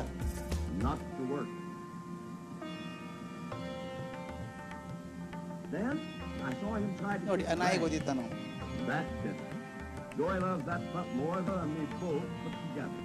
ನೋಡಿ ಕ್ಲೀನ್ ಮಾಡ್ಬೋದು, ಇನ್ನಷ್ಟು ಕೆಡಿಸ್ತಾನೆ ಕೆಲಸ. His ego is hurt. ಅಪ್ಪ ವಿಚಾರ ಮಾಡಿದ್ರು, ಎಲ್ಲಿ ತಪ್ಪಿತು ಇದೆಲ್ಲ, ಹೋಲ್ ಪ್ರಾಸೆಸ್ ಎಲ್ಲಿ ತಪ್ಪಿತು? Then he understood, mistake is with me. ತಪ್ಪು ನನ್ನ ಕಡೆ ಆದದ್ದು. ಈಗೇನು ಮಾಡಬೇಕಾಗಿತ್ತು ಅಂತ ಹೇಳ್ತಾನೆ ನೋಡಿ, ಹೇಗೆ ಮಾಡಬೇಕಾಗಿತ್ತು ನಾನು. ಆತ ಕೋಪದಿಂದ ಬಂದ, I took it out on ಅವನ Sarah. ಕೋಪ ಹೆಂಡತಿ ಮೇಲೆ ಬಂತು, ಹೆಂಡತಿ ಕೋಪ ಮಗನ ಮೇಲೆ ಬಂತು, Came at Joy. ಈ ಮಗನ ಕೋಪ ನಾಯಿ ಮೇಲೆ ಬಂತು, On Ray. ನಾಯಿ ಕೋಪ ಪಕ್ಕದ ಬೆಕ್ಕಿನ ಮೇಲೆ ಬಂತು. Well, he Chain took it reaction. out on the neighbor's cat. Emotions are transferred. ಅದಕ್ಕೆ ಏನು ಮಾಡಬೇಕು ಅಪ್ಪ ವಿಚಾರ ಮಾಡ್ತಾನೆ ಈಗ. And it didn't even get results. Joy sure wasn't doing much about that mess in the yard. I felt like Jesus. Went ಈಗ on ನೋಡಿ out style in the change yard to ಮಾಡ್ತಾನಪ್ಪ. try to make things right. ಕಮಾನ್ ಸನ್, ನೀ ಮಾಡು ಅನ್ನಲ್ಲ, ಈಗ ಇಬ್ರು ಕೂಡ clean ಮಾಡೋಣ ಬಾ. Enjoy what they're doing. ದೊಡ್ಡದು ನಾ ತೆಗಿತೀನಿ, ಸಣ್ಣದು ನೀ ತೆಗಿ ನೀನು. Come on, help me, Share it with help me, somebody who doesn't act like help me ಅಂತ ವಾಲಂಟಿಯರಿಸಮ್ ಬಂತು ನೋಡಿ. ಅಪ್ಪ ದೊಡ್ಡದೆಲ್ಲ ತಗೊಂಡ, ಸಣ್ಣದ ಮಗ ತಗೊಂಡ. he pitched in too. 5 ನಿಮಿಷದಲ್ಲಿ ಪೂರ್ತಿ ಯಾರ್ಡ್ ಕ್ಲೀನ್ ಆಯ್ತು. They copied folks around them like crazy. Yard is clean ನೋಡಿ. ಬೋತ್ ಆರ್ ಫ್ರೆಂಡ್ಸ್ ನಾವು, ಜಗಳ In ಕೋಪ ಇಲ್ಲ. half an hour, we had a This is the small difference. Please believe me, your emotions are passed on to the child. ಮನೆಯಲ್ಲಿ ಅಪ್ಪ ಕೋಪ ಮಾಡ್ಕೋ, ಹುಡುಗನ ಕೋಪ ಮಾಡ್ಕೊಳ್ಳೋಕೆ ಶುರು ಮಾಡ್ತಾನೆ. ಯಾರೊಬ್ಬರು ಅಮ್ಮ ಕೋಪ ಮಾಡ್ಕೋತಾರೆ, ಆ ಮಗು ಕೋಪ ಮಾಡ್ಕೊಳ್ಳೋಕೆ ಶುರು ಮಾಡುತ್ತೆ. ಅದಕ್ಕೆ ಹೇಳ್ತಾರೆ, best thing is you pass on your emotions on to the children. ಮೌಲ್ಯಗಳನ್ನು ಮಕ್ಕಳಿಗೆ ಕೊಡಬೇಕಾಗತ್ತೆ. ಮೌಲ್ಯಗಳನ್ನು ಪಾಸ್ ಆನ್ ಮಾಡೋದು ಹೇಗೆ? ಮೌಲ್ಯಗಳನ್ನು ಕೊಡಬೇಕಲ್ಲ ಮಕ್ಕಳಿಗೆಲ್ಲ, ಶಾಲೆಯಲ್ಲಿ ಕೊಡ್ತಾರೆ, ಆದರೆ ಮನೆಯಲ್ಲಿ ಜಾಸ್ತಿ ಕೊಡಬೇಕಾಗತ್ತೆ. Because values are taught at home. ಭಾಳ ಮುಖ್ಯ ಕಲಿಸ್ಬೇಕಾದದ್ದು. ಮೌಲ್ಯಗಳನ್ನು ಭಾಷಣ ಮಾಡಿ ಕಲಿಸೋಕ್ಕಾಗಲ್ಲ, ಲೇಖನ ಬರೆದು ಕಲಿಸೋಕ್ಕಾಗಲ್ಲ, ನಡೆದೇ ತೋರಿಸ್ಬೇಕಾಗ್ತದೆ, ಬೇರೆ ಮಾತಿಲ್ಲ. ಅಪ್ಪ ಬರ್ತಾರೆ ಮನೆಗೆ, ಹೇಳ್ತಾರೆ, ಏ ಮಗನೇ ಸುಳ್ಳು ಹೇಳಬಾರ್ದು. ಹ್ಞೂ ಅಪ್ಪ ಅಂತಾನೋ. ಟಿ ವಿ ನೋಡ್ತಿರ್ತಾರೆ ಅಪ್ಪ, ಫೋನ್ ಸಪ್ಪಳಾಗತ್ತೆ, ಮೊಬೈಲು. ಅಪ್ಪನಿಗೆ ತಗೊಳ್ಳೋ ಮನಸ್ಸಿಲ್ಲ. ಹೆಂಡ್ತಿಗತ್ತ ಇಲ್ಲ ಅಂತ ಹೇಳ್ಬಿಡು, ಮಲ್ಕೊಂಡಿದ್ದಾರೆ ಅಂತೇಳು. ಹುಡುಗ ಅಪ್ಪನ ಮುಖ ನೋಡ್ದ, ಅಪ್ಪ ಏನು ಹೇಳಿದ್ರಿ, ಈಗ ಸುಳ್ಳು ಹೇಳಬಾರ್ದು ಅಂದಿದ್ರು. ಈಗ ತಾನೇ ಅಷ್ಟೇ ಅಲ್ಲ, ಅಮ್ಮನ ಕಡೆ ಸುಳ್ಳು ಹೇಳಿಸ್ತಾರೆ. ಇದೇ ಥರ ಒಂದು 4-5 ಸಲ ಆದ ಹುಡುಗಗೆ ಏನು ಅನಿಸುತ್ತೆ ಅಂದರೆ, ಮೊಬೈಲ್ ನಾನು ಸುಳ್ಳು ಹೇಳಿದ್ರೆ ತಪ್ಪಲ್ಲ. ಅವ್ನು ಕಾಲೇಜಿಗೆ ಬರ್ತಾನೆ, ಮೊಬೈಲ್ ಕೊಡಿಸ್ತೀರಿ, ಆತ ಕ್ಲಾಸ್ ತಪ್ಪಿಸಿ ಬೇರೆ ಕಡೆ ಎಲ್ಲ ಹೋಗಿದ್ದಾನೆ, ನೀವು ಫೋನ್ ಮಾಡ್ತೀರಿ, ಎಲ್ಲಿದ್ದೀಯೋ ಮಗನೇ ಅಂತ. ಅವ್ನು ಫೋನ್ ಮುಚ್ಚಿಬಿಟ್ಟು ಹೇಳ್ತಾನೆ, ಅಪ್ಪ ಸ್ಪೆಷಲ್ ಕ್ಲಾಸ್ ನಡೆದಿದೆ, ಆಮೇಲೆ ಫೋನ್ ಮಾಡ್ತೀನಿ ಅಂತಾನೆ. ಅವನು ಕಲಿಸಿದವ್ರು ಯಾರು ಸುಳ್ಳು ಹೇಳೋದಕ್ಕೆ? ನಾವೇ ತಾನೆ. ರೋಲ್ ಮಾಡೆಲ್ ನಾವೇ ಆಗಿಬಿಡ್ತೀವಿ. ಆದ್ದರಿಂದ ದೆರ್ ಇಸ್ ನೋ ವೇ. ಒಂದು ಬೆಳಗ್ಗೆ ಒಂದು ಎಕ್ಸಸೈಸ್ ಮಾಡಿಸಿದ್ದೆ, ಅದು ನಿಮಗೂ ಮಾಡಿಸ್ಬಿಡ್ಬೇಕು ನಾನು. ಸಣ್ಣ ಎಕ್ಸಸೈಸ್, 30 ಸೆಕೆಂಡ್ ಎಕ್ಸಸೈಸ್ ಮಾಡ್ಬೋದಾ? Very small exercise. ಮೌಲ್ಯಗಳನ್ನು ಹೇಗೆ ನಡೆದು ತೋರಿಸ್ಬೇಕಾಗ್ತದೆ ಅಂತ. ಬಲಗೈ ಖಾಲಿ ಇಟ್ಕೊಳ್ಳಿ ಎಲ್ಲರೂ. ಬಲಗೈ ಪೆನ್ನು, ಪೆನ್ಸಿಲು, ಮೊಬೈಲ್ ಬೇಡ. ಸಣ್ಣ ಪ್ರಯೋಗ, 30 ಸೆಕೆಂಡಲ್ಲಿ ಆಗುವಂಥದ್ದು. ಕೇಳಿಸುತ್ತಾ ಕೊನೆಗೆ? ದಯವಿಟ್ಟು ನಾನು ಹೇಳಿದ ಹಾಗೆ ಮಾಡಬೇಕು. ಆಗ್ಬೋದಾ? ನಾನು ಹೇಳಿದ ಹಾಗೆ ಮಾತ್ರ ಮಾಡಬೇಕು. ಬಲಗೈ ಮೇಲಕ್ಕೆ ಎತ್ತಿ, ಎಲ್ಲ ಬೆರಳು ಸೇರಿ ಮುಷ್ಟಿ ಮಾಡಿ, ನಿಧಾನ ಕೈ ಮುಂದೆ ತಗೊಂಡು ಬನ್ನಿ. ತೋರ್ ಬೆರಳನ್ನು ಮಾತ್ರ ಚಾಚಿ. ಈಗ ತಕ್ಷಣ ಚಾಚಿದ ಬೆರಳನ್ನ ಎಡ ಕೆನ್ನೆ ಮೇಲೆ ಇಟ್ಕೊಂಡ್ಬಿಡಿ. ಎಲ್ಲಿಟ್ಟಿದ್ದೀರಿ ನೋಡ್ಕೊಳ್ಳಿ. ಎಡ ಕೆನ್ನೆ ಎಂದಿದ್ದೆ ನಾನು. ಕೆನ್ನೆ ಯಾವುದು, ಗದ್ದ ಯಾವುದು ಗೊತ್ತಿಲ್ಲ. ನಾನು ಮೇಲೆ ನಿಂತು ನೋಡ್ತಿರೋದ್ರಿಂದ 3 ಥರ ಕಾಣಿಸ್ತಿತ್ತಪ್ಪ ನನಗೆ. ಒಂದು, ಭಾಳ ಜನ ಇಟ್ಕೊಂಡು ತಲೆ ಕೆಡಿಸ್ಕೊಳ್ಳೇ ಇಲ್ಲ ಅವರು. ಇನ್ನು ಕೆಲವ್ರು ಇಟ್ಕೊಂಡು ಹಿಂಗೆ ಹಿಂಗೆ ಮಾಡಿ, ಮತ್ತು ಅವನೇ ಇಟ್ಕೊಂಡ್ರೆ ಸರಿ ಇರಬೇಕು ಅಂತ ಇಲ್ಲಿ ಇಟ್ಕೊಂಡ್ರು. ಕೆಲವು ಗದ್ದದಲ್ಲಿ ಬಲಗಡೆ ಕೆನ್ನೆಗೆ ಹೋಗ್ಬಿಟ್ರು ಕೆಲವರು, ಆ ಮಾತು ಬೇರೆ. ಆದರೆ ಕೆಲವರು ಬುದ್ಧಿವಂತರು ಏನು ಇಟ್ಕೊಂಡು ನಿಧಾನಕ್ಕೆ ಸರಿಸಿದ್ರಿಂದ ಅಡ್ಸೆ. ಏನೇ ಆಗಲಿ, ಏನು ಸಿಂಪಲ್ ಫಿಲಾಸಫಿ ಇದು. ನಾನು ನಿಮಗೆ 3 ಸಲ ಹೇಳಿದ್ದೆ, ದಯವಿಟ್ಟು ನಾನು ಹೇಳಿದ ಹಾಗೆ ಮಾತ್ರ ಮಾಡಿ ಎಂದಿದ್ದೆ, ಮಾಡಿದ ಹಾಗೆ ಮಾಡಿ ಅನ್ನಲಿಲ್ಲ. ಅಷ್ಟು ಜನ ತಪ್ಪೋದಕ್ಕೆ ಯಾರು ಕಾರಣ? ನಾನೇ ಕಾರಣ. ನಾನು ಯಾಕೆ ಕಾರಣ? ನಾನು ಹೇಳಿದ ಹಾಗೆ ಮಾಡಿ ಅಂದ ನಾನು ಯಾಕೆ ಮಾಡಬೇಕಾಗಿತ್ತು? ಕೈ ಕಟ್ಕೊಂಡು ಹಿಂಗೆ ನಿಂತ್ಕೊಂಡು ಹೇಳಿದ್ರೆ ಎಲ್ಲರೂ ಕರೆಕ್ಟಾಗಿ ಇಟ್ಕೋತಿದ್ರಿ. ಕೆನ್ನೆ ಯಾವುದು, ಗದ್ದ ಯಾವುದು ಗೊತ್ತಿದೆ ನನಗೆ. ನಾನು ಕೈ ಎತ್ತಿದ್ನಲ್ಲ, ಓ ಇವರು ಮಾಡಂಗೆ ಕಾಣಿಸ್ತಾನೆ ಅಂದ್ಕೊಂಡ್ರಿ. ಬೆರಳು ಸೇರಿ ಮುಷ್ಟಿ ಮಾಡಿ ನಾನು ಮಾಡಿದೆ. ಕೈ ಮುಂದೆ ತಗೊಂಡು ತಂದೆ ನಾನು. ಬೆರಳು ಚಾಚಿದೆ. ಈ 3-4 ಹಂತದಲ್ಲಿ ನಾನು ಹೇಳಿದ ಹಾಗೆ ಮಾಡ್ತಾ ಬಂದೆ. ನಿಮಗೊಂಥರ ನಂಬಿಕೆ ಬಂತು, ಇವ್ನು ಹೇಳ್ದಂಗೆ ಮಾಡಂಗೆ ಕಾಣಿಸ್ತಾನೆ ಅಂಥೇಳಿ. ನೋಡೋದು ಜಾಸ್ತಿ ಮಾಡಿದ್ರಿ, ಕೇಳೋದು ಕಮ್ಮಿ ಮಾಡ್ಕೊಂಡ್ರಿ. ನಾನು ತಕ್ಷಣ ಅಂತ ಬೇರೆ ಸೇರಿಸ್ಬಿಟ್ಟೆ. ತಕ್ಷಣ ಬೆರಳನ್ನ ಎಡ ಕೆನ್ನೆ ಮೇಲೆ ಇಟ್ಕೊಳ್ಳಿ ತಂದು ಇಟ್ಕೊಂಡೆ. ನೀವು ಅಷ್ಟೇ ವೇಗವಾಗಿ ತಂದು ಇಟ್ಕೊಂಡ್ಬಿಟ್ರಿ. ಅಷ್ಟು ಜನ ತಪ್ಪೋದಕ್ಕೆ ನಾನು ಕಾರಣ ಅದೇ ಅಲ್ವಾ? Simple fact of life. ನಿಮ್ಮ ಮಕ್ಕಳು ನೀವು ಹೇಳಿದ ಹಾಗೆ ಮಾಡೋಲ್ಲ, ನೀವು ಮಾಡ್ದಂಗೆ ಮಾಡ್ತಾರೆ. ನೀವು ಮನೇಲಿ 4 ಪುಸ್ತಕ ಓದ್ಕೋ ಹವ್ಯಾಸ ಇಟ್ಕೊಂಡಿದ್ರೆ ಮಕ್ಕಳು ಪುಸ್ತಕ ಓದ್ತಾರೆ. ನೀವು ದಿನಕ್ಕೆ 6 ತಾಸು ಟಿ ವಿ ನೋಡ್ತಿದ್ರೆ ಹುಡುಗರು ಟಿ ವಿ ನೋಡ್ತಾರೆ. ಸಿಂಪಲ್ ಫ್ಯಾಕ್ಟ್ ಅದು, ಮತ್ತೇನು ಮಾಡೋಕ್ಕಾಗಲ್ಲ. ನಾವು ಮನೇಲಿ ವಾತಾವರಣ ಯಾವುದು ಸೃಷ್ಟಿ ಮಾಡ್ತೀವೋ ಹಾಗೆ. ನಾನು ಮನೇಲಿ ಎಲ್ಲ ಸಾಮಾನು ಅಸ್ತವ್ಯಸ್ತವಾಗಿ ಬಿಸಾಕ್ತಾ ಇದ್ದರೆ ಅವನು ಹಾಗೆ ಬಿಸಾಕ್ತಾನೆ, ಹಾಗೆ ಬೆಳ್ಕೊಂಡು ಹೋಗ್ತಾನೆ ಮಗು. ನಾನು ಎಲ್ಲ ವಸ್ತುಗಳು ಸರಿಯಾಗಿಡಬೇಕು, ವ್ಯವಸ್ಥಿತವಾಗಿಡಬೇಕು. ಒಂದು ಸಣ್ಣ ವಿಷಯ ಹೇಳ್ತೀನಿ, ತೀರಾ ಸಣ್ಣದಿದು. ಊಟಕ್ಕೆ ಕೂತ್ಕೊಂಡು ನೋಡಿದ್ದೀನಿ, ಎಷ್ಟೋ ಮನೇಲಿ ಹೋಗ್ತೀನಿ, ನಾನು ಭಾಳ ಬೇಜಾರಾಗ್ಬಿಡುತ್ತೆ. ತಟ್ಟೆಯಲ್ಲಿ ಆಹಾರ ಇರ್ತದೆ, ಬೇಡ ಬಿಟ್ಬಿಡಪ್ಪ, ಬೇಡ ಆದರೆ ಬಿಟ್ಬಿಡು. I don't like it. ಯಾಕೆ ಗೊತ್ತಾ?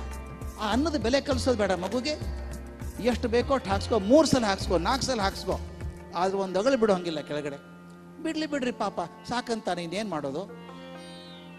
ಪ್ರತಿ ಸಲ ಚೆಲ್ತಾನ ಅವನು. ಅನ್ನದ ಬಗ್ಗೆ ವ್ಯಾಲ್ಯೂನೇ ಇರಲ್ಲ ಅವನಿಗೆ. ಅದಕ್ಕೇನು ಮಾಡ್ಬೇಕು? ಕೂತ್ಕೊಳ್ಳಿ, ಇವತ್ತೇನಾದರೂ ತಿಂದು ಮುಗಿಸು, ನೀನು ಅಜೀರ್ಣಾದ್ರೂ ಅಡ್ಡಿಯಲ್ಲಿ ತಿಂದು ಮುಗಿಸು, ನಾಳೇನು ಬಿಡಲ್ಲ ನೀನು, ಬೇಕಾದ್ರೆ ಸ್ವಲ್ಪ ಹಾಕ್ಸ್ಕೊ. ತಟ್ಟೆ ಮುಗಿಸಿದಾಗ ಒಂದು ಅಗಳು ಸಿಕ್ಕಿರಬಾರ್ದು. ನಾನು ನನ್ನ ಮಗನಿಗೆ ಮಾಡಿದಾಗ 10 ಬಿಟ್ಟ ಒಂದು ದಿವಸ ಅವನು, ಇದು ಅಗಳಿದೆಯಲ್ಲ ಸುಲಭ ಬಂದಿದೆಯೇನೋ, ಇದು ಎಷ್ಟು ಕಷ್ಟ ಆಗಿದೆ ಗೊತ್ತಾ? ರೈತನ ತರಬೇಕಾದ್ರೆ 4 ತಿಂಗಳು ಒದ್ದಾಡಿದಾನೆ ಅಕ್ಕಿ ಬರಬೇಕಾದ್ರೆ. ಮಳೆಗಾಲದಲ್ಲಿ ನಿಂತ್ಕೊಂಡು ನೀರು ಬಿಟ್ಟು ನಿಂತ್ಕೊಂಡು ಒದ್ದಾಡಿದಾನ ಅಕ್ಕಿ ಕಾಳಕ್ಕೆ ಬರಬೇಕಾದ್ರೆ. ಅಷ್ಟು ಕಾಲು ಕಸ ಆಯ್ತಾ ನಿನಗಿದು? ತಟ್ಟೆಯಲ್ಲಿ ಒಂದು ಚೂರು ಬಿಡಬಾರ್ದು. ಯಾಕೆ ಗೊತ್ತಾ? ತಟ್ಟೆಯಲ್ಲಿ ಅನ್ನ ಬಿಡೋ ಪ್ರಶ್ನೆ ಅಲ್ಲ ಅದು, value of things that we have. ನಾಳೆ ಅಕ್ಕಿ ಅನ್ನ ಬಿಡೋನು, ನಾಳೆ ಇನ್ನೇನೋ ಬಿಡ್ತಾನೋ, ಸಂಬಂಧಗಳನ್ನು ಬಿಟ್ಟು ಹೋಗ್ತಾನೆ, ಯಾವುದಕ್ಕೂ ಬೆಲೆ ಇರೋಲ್ಲ. ಆದ್ದರಿಂದ ದಯವಿಟ್ಟು ಈ ಸಂಬಂಧಗಳ ಬಗ್ಗೆ ಗಟ್ಟಿ ಮಾಡೋದ್ರೊಳಗೆ ಮಗುಗೆ ಪ್ರತಿಯೊಂದು ವಸ್ತುವಿನ ಬೆಲೆಯನ್ನು ಕಲಿಸ್ಕೊಡ್ಬೇಕು. ಯಾವುದೋ ತೀರಾ ಕೊಡೋಕೆ ಹೋಗಬೇಡಿ. ಮಗು ಪ್ರೀತಿ ನಿಜ, ಒಂದು ಕೇಳಿದಾಗ 4 ತಂದು ಕೊಡೋದು, 10 ತಂದು ಕೊಡೋದು ಮಾಡಿದಾಗ ವಸ್ತುವಿನ ಬೆಲೆ ಇರೋಲ್ಲ ಮಕ್ಕಳಿಗೆ.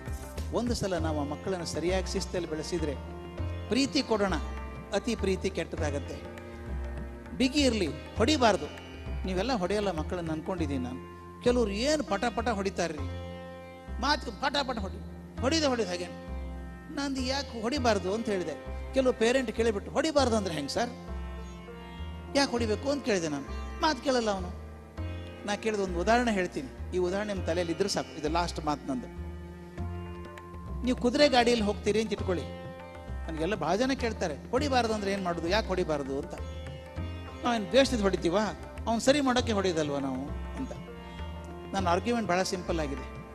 ಕುದುರೆ ಗಾಡಿಯಲ್ಲಿ ಹೋಗ್ತಿದ್ರಿ, ಟಾಂಗಾದಲ್ಲಿ ಹೋಗ್ತಿದ್ರಿ, ಬೇಗ ಹೋಗ್ಬೇಕಾದ್ರೆ ಏನು ಮಾಡ್ತೀರಿ?